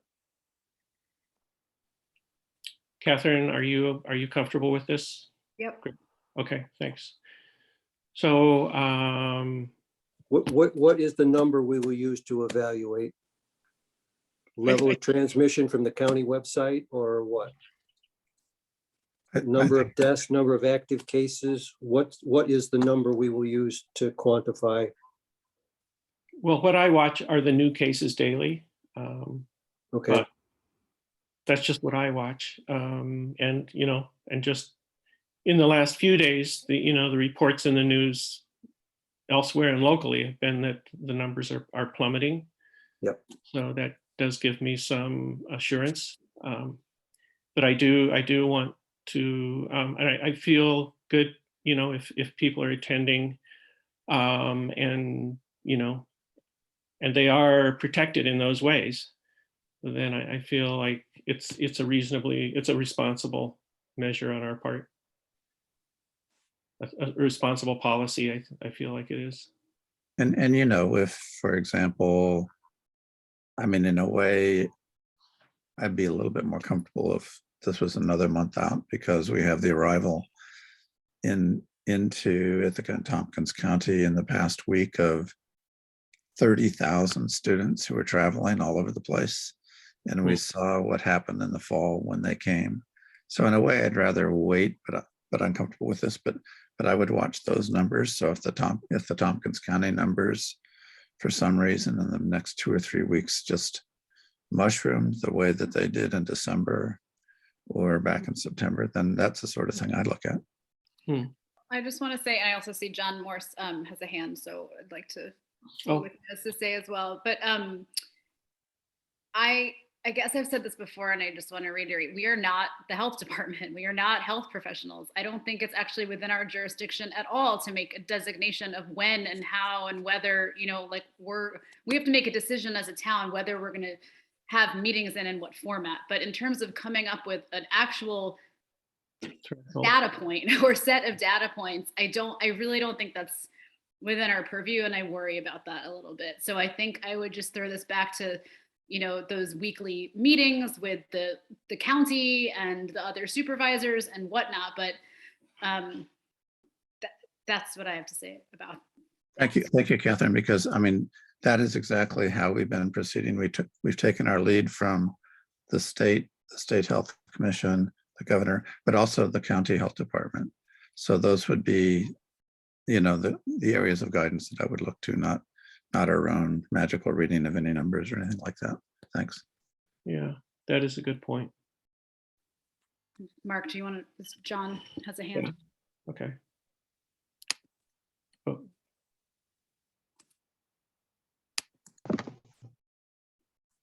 Yeah, can you hear me? Yes. Whoa, So what you're saying is that if you move back to in person, it would be with a mask and a vaccine and 6 feet of distance? Is that correct? That's what I'm saying. Yep. Don't bother. I'm telling you right now, you won't get anybody. This is so far beyond what the state requires. And like Catherine said, none of us are the health experts. Why can't you simply just follow the state guidelines, which are either everyone is masked or everyone is vaccinated? It's not both. I know that because I do this for a living. I do events. And I don't get any events right now. We're getting our ass kicked. But when I do get one, I know exactly what the requirements are. And I'm willing to bet that those requirements are going to go away very soon as well. I'm just telling you, Thank you. my conversation with the residents of this town and what they're looking for is not what you're offering. Okay. Thank you. Thank you.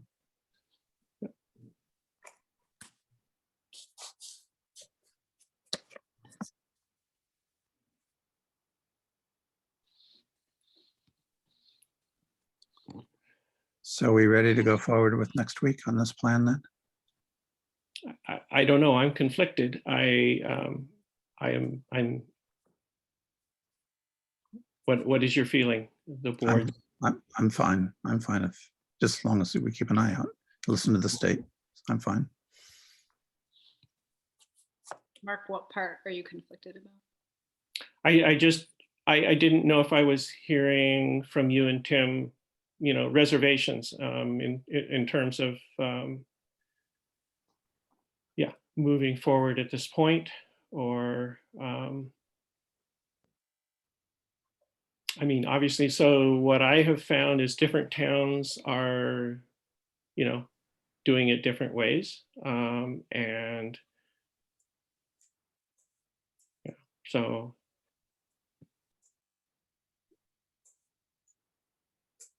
And you know, I think there's a judgment about, yeah, so.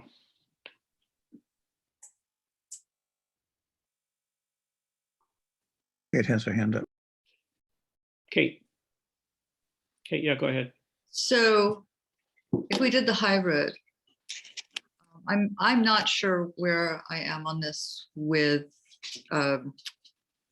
attending or not, with my husband being older.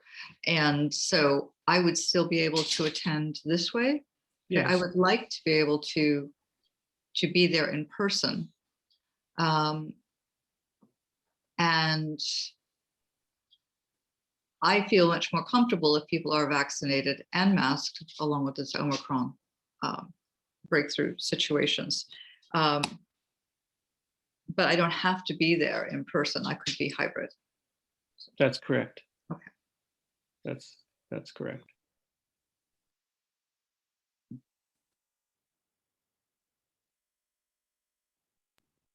And Kate, I'll just mention that I'm planning to attend hybrid because of personal situations, but so, and we've done this before and it's worked out really well. The zoning commission has done it in the summer for a brief period of time. And because we invested in the system last year, that really works quite well.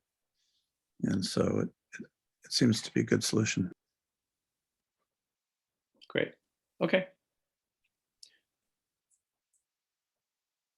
Yeah, hearing that everyone is still in favor as I articulated it, we'll do that for the next meeting. So. So we'll go ahead. Hey, Mark, Bob. just to clarify, you're gonna do what exactly? Vaccinated and masked and the 6 feet, or Yes. masked and 6 feet, or what? Well, I think masked, vaccinated, and 6 feet distancing is what I would propose. I feel like I think that's really straightforward and reasonable. And it Could I, maximizes protection of each other. I don't see what's wrong with that. I think that's a responsible thing to do. could I give you maybe my insight on it? Sure. As far as being vaccinated to attend, as well as wearing a mask, we currently don't make the town residents show a vaccination card to walk into the town hall, the highway department, the court, anything like that now currently. So how do we ask the town folks to show a vaccination card to get into a board meeting when we don't ask them for a vaccination card for anything else? And with that said, I mean, we don't exactly have a bunch of extra people, showing up to a board meeting anyway, let alone somebody to sit at the door to check vaccination cards.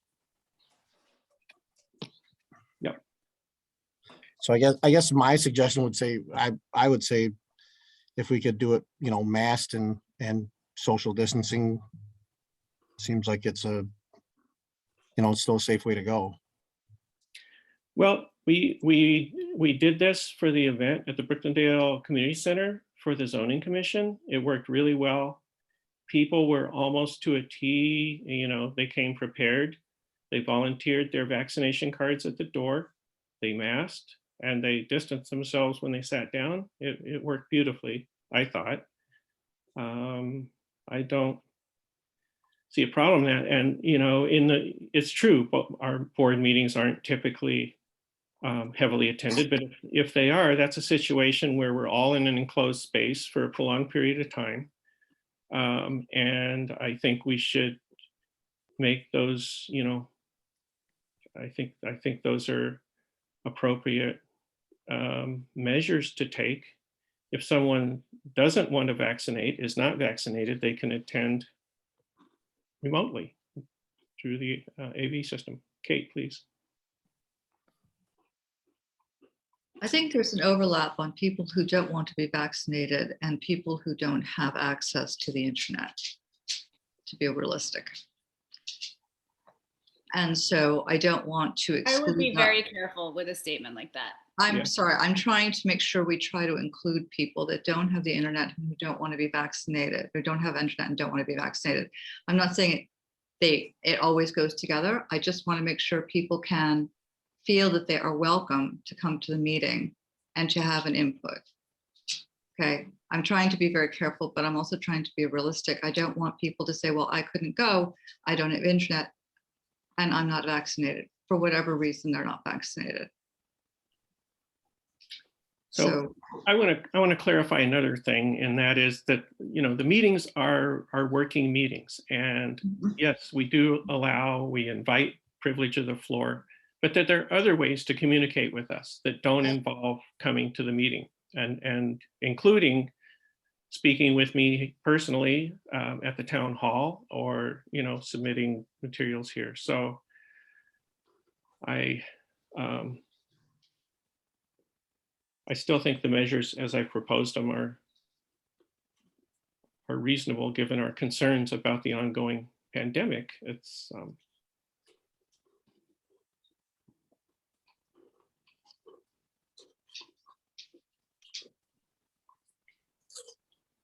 so sensing or hearing dead silence, I will move forward and propose that next week we will hold the meeting remotely next door at the Old Town Hall, and vaccination, masking, and distancing will be part of the game plan. So any other? And people can get in touch with us apart from the meeting. Of course. Right. Always true. Yep. Great.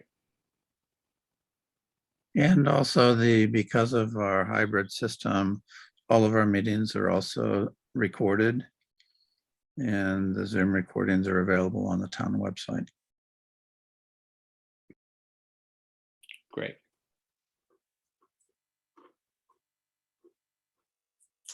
Okay, shall we move on? Is that matter resolved? Great. Thank you. So I will offer a resolution to appoint Mike Ledgate as our webmaster. I did speak with him. He is interested. I don't think it'll be a lot of hours required, but he is able to do this. And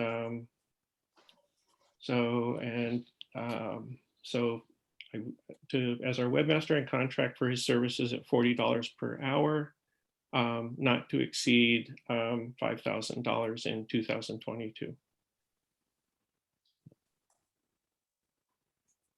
Do I have a second on that? I'll second it. Seconded by Kate. And any other questions? Great that he's willing to do it. Yeah. Great. Okay. Thank you. Hearing no more questions, all in favor, say aye. Aye. Aye. Opposed?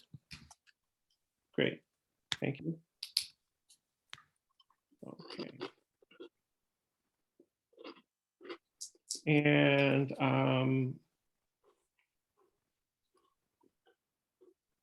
I did, last week we discussed appointments, and we discussed the position of court liaison, and I would propose that we retire the position of court liaison and simply have,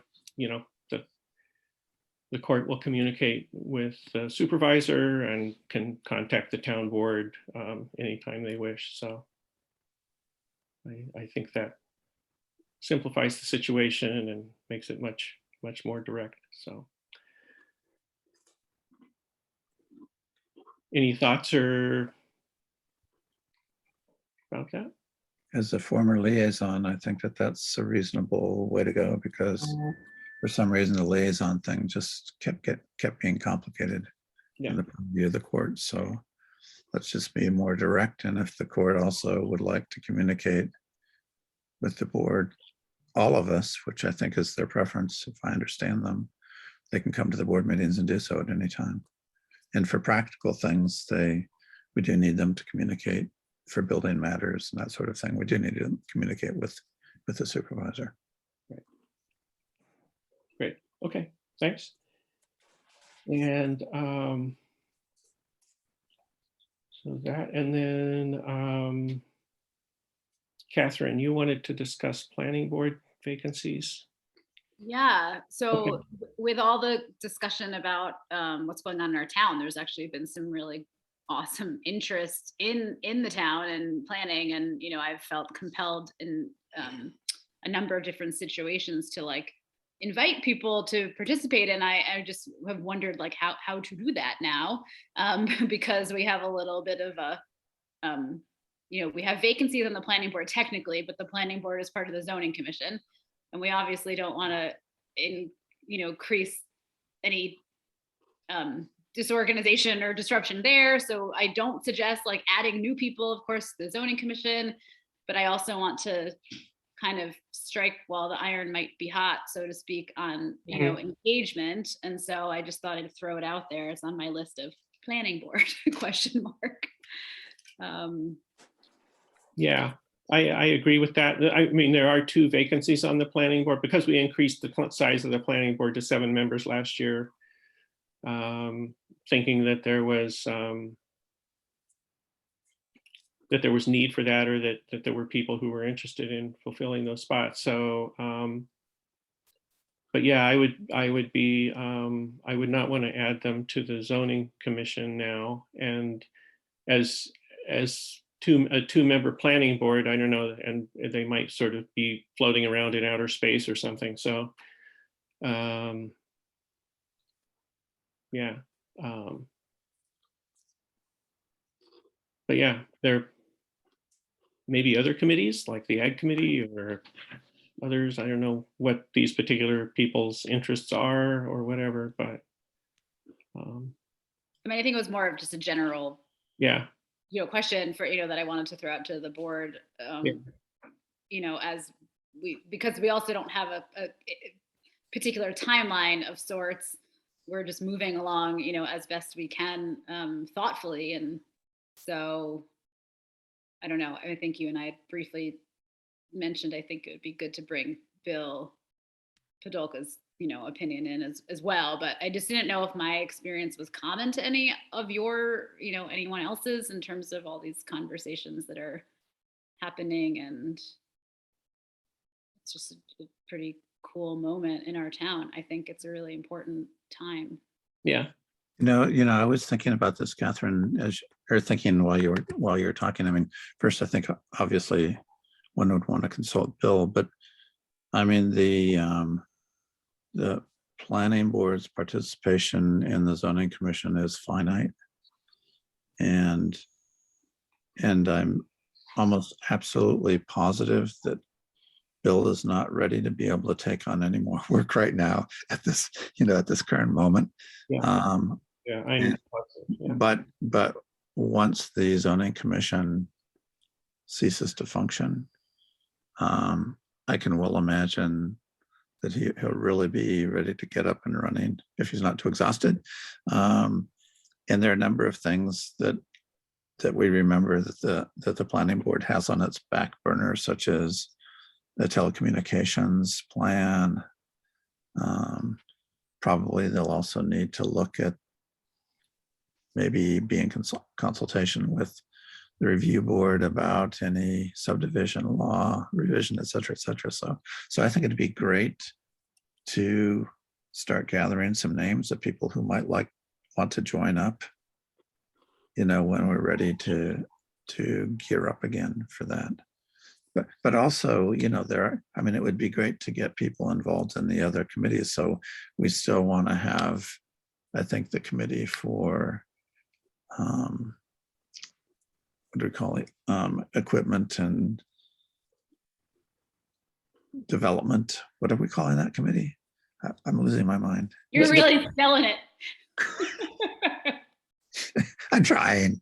Capital equipment planning. Yeah, capital equipment planning. We got capital equipment planning. We have farming. We have our other committees. So, this could be a really good time. You're right, to get people interested. Sorry, I'm going to shut up now. I'm eating my words.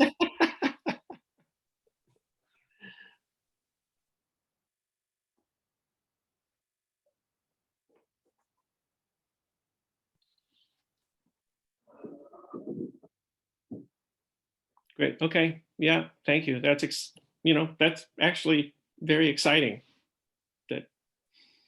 that you're feeling that energy out there. So that's cool. All right. Are we ready to discuss agenda items for next week's meeting? So one thing that we need to do is the annual fun thing of reading the Association of Towns resolutions and voting on them, so that Cal will know how to vote at the meeting. But there are some, you know, topical resolutions this year. So that will be one. And then what we mentioned earlier about I'll pull together the materials for the old town hall, and we'll have a discussion about the town hall project. Other? Cal? Additional? No, I mean, I'll work on see if I can come up with somebody that would be able to give us a ballpark estimate on what it would cost to strip, insulate, and, you know, some other, you know, you're gonna work on the old painting estimates, and I'll try to work on it, see if I can find a contractor that would at least give us, you know, something got something we can budget against. And I mean, what would it be involved? Bruce Murray's a painter. Maybe he would tell us. I mean, would it be helpful for us to have a couple of approaches articulated before we seek bids? You know what I'm saying? Yeah. Yeah, and it's, Okay. I feel it's kind of, yeah, not just trying to get a hard, fast price, but here, what could we do? Here's about what something like this would cost. Here's another option. What this would entail and cost. And, you know, what do we do for this historic structure? Right, but could we have a process where we could maybe assess 2 or 3 people we might want to engage for something like this? You know, just so that we're moving in a steady direction rather than kind of just arbitrarily. You hear what I'm trying to say? Are you Yeah, saying engaging someone, Tim, to evaluate it and make a recommendation, or? Well, I thought we had talked earlier that we might be interested in kind of going in that direction, to have somebody clarify for us 2 or 3 options. Yeah. It is Groundhog Day, so if you feel like you're having the same conversation over and over again, it actually might be. We talked about having like, well, Snug Planet, which is now Halco, coming and giving us an estimate like on the insulation and insulation options and things like that. Or Tim, do you mean somebody more like an architect that would kind of, or Kate, you know, that would somebody that's more design? No, Nothing, we aren't changing the design. I think we're talking No, about, not the design, but I think we're talking about contractors, you know, Yeah. trying to get advice from contractors. Okay.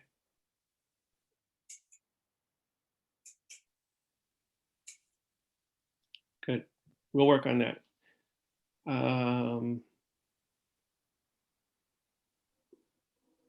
Other items for next meeting to discuss? Well, if they get information about what needs to be done on the town barns to get the wiring fixed or the roof, that would be good to know if that information comes through in a week.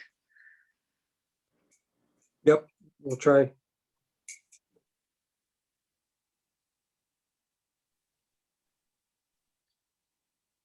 Cal, do you know if the building's been inspected recently for electrical, just out of curiosity?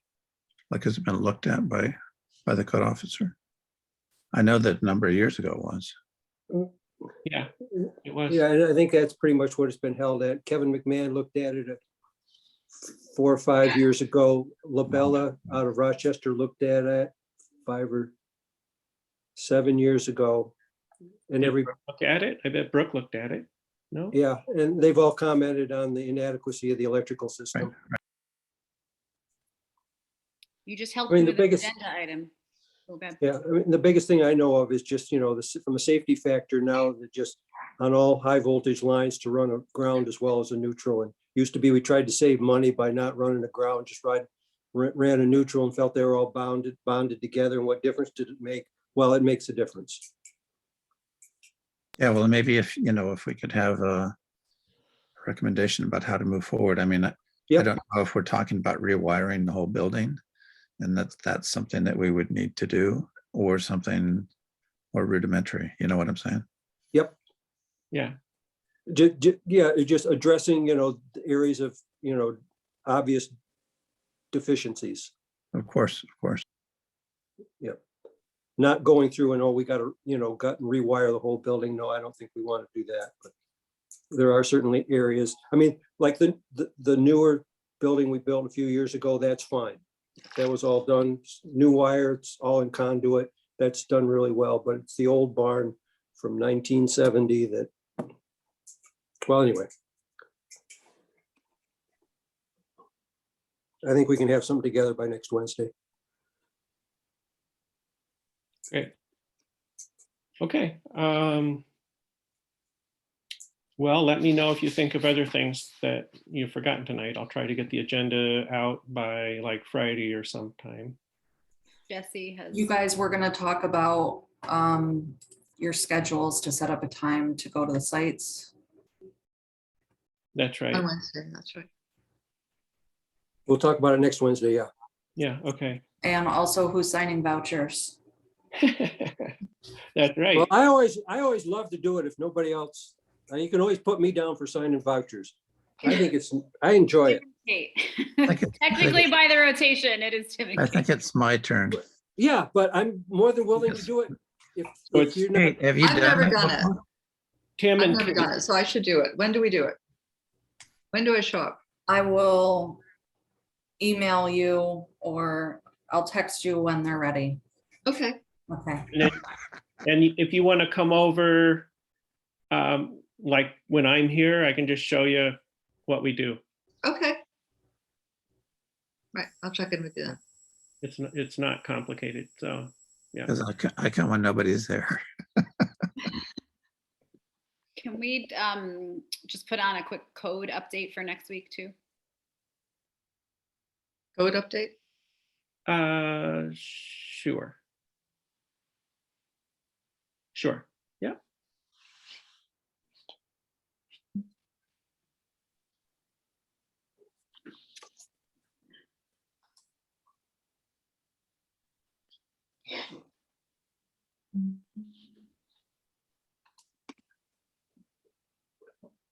Anything else?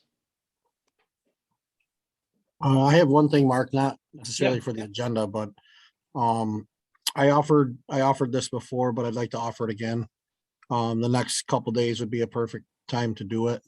If any of the board members would like to go on a little ride along, give me a shout. I can set it up.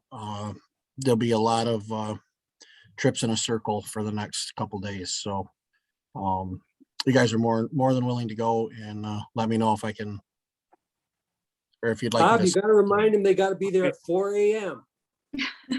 Yeah, or sooner. We can do a later run if you'd like, that- but That's the- great. Thanks, Bob. So when should they let you know? When would be a good time? you can call my phone anytime. Okay, great. The first bus leaves tomorrow morning at about 3:30. Okay. That's looking at the weather forecast. Yeah, that's when we'll be there. So Okay. I so wish you well, Bobby.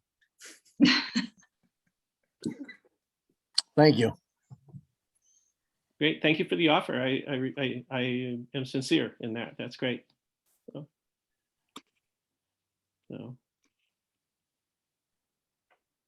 Reminds me of when I used to ride the snowplows at Pikes Peak when I was a kid. There must have been some harrowing experiences up there. Yeah. Great. Okay, folks. So if there's nothing else, I hope I haven't forgotten anything, but I will make a motion to adjourn. I'll second it. Seconded by Cal. All in favor? Aye, aye, aye. Great. All right. Thanks, everybody, for joining us tonight, and we'll see you next week. Bye, Barry. Night, everybody.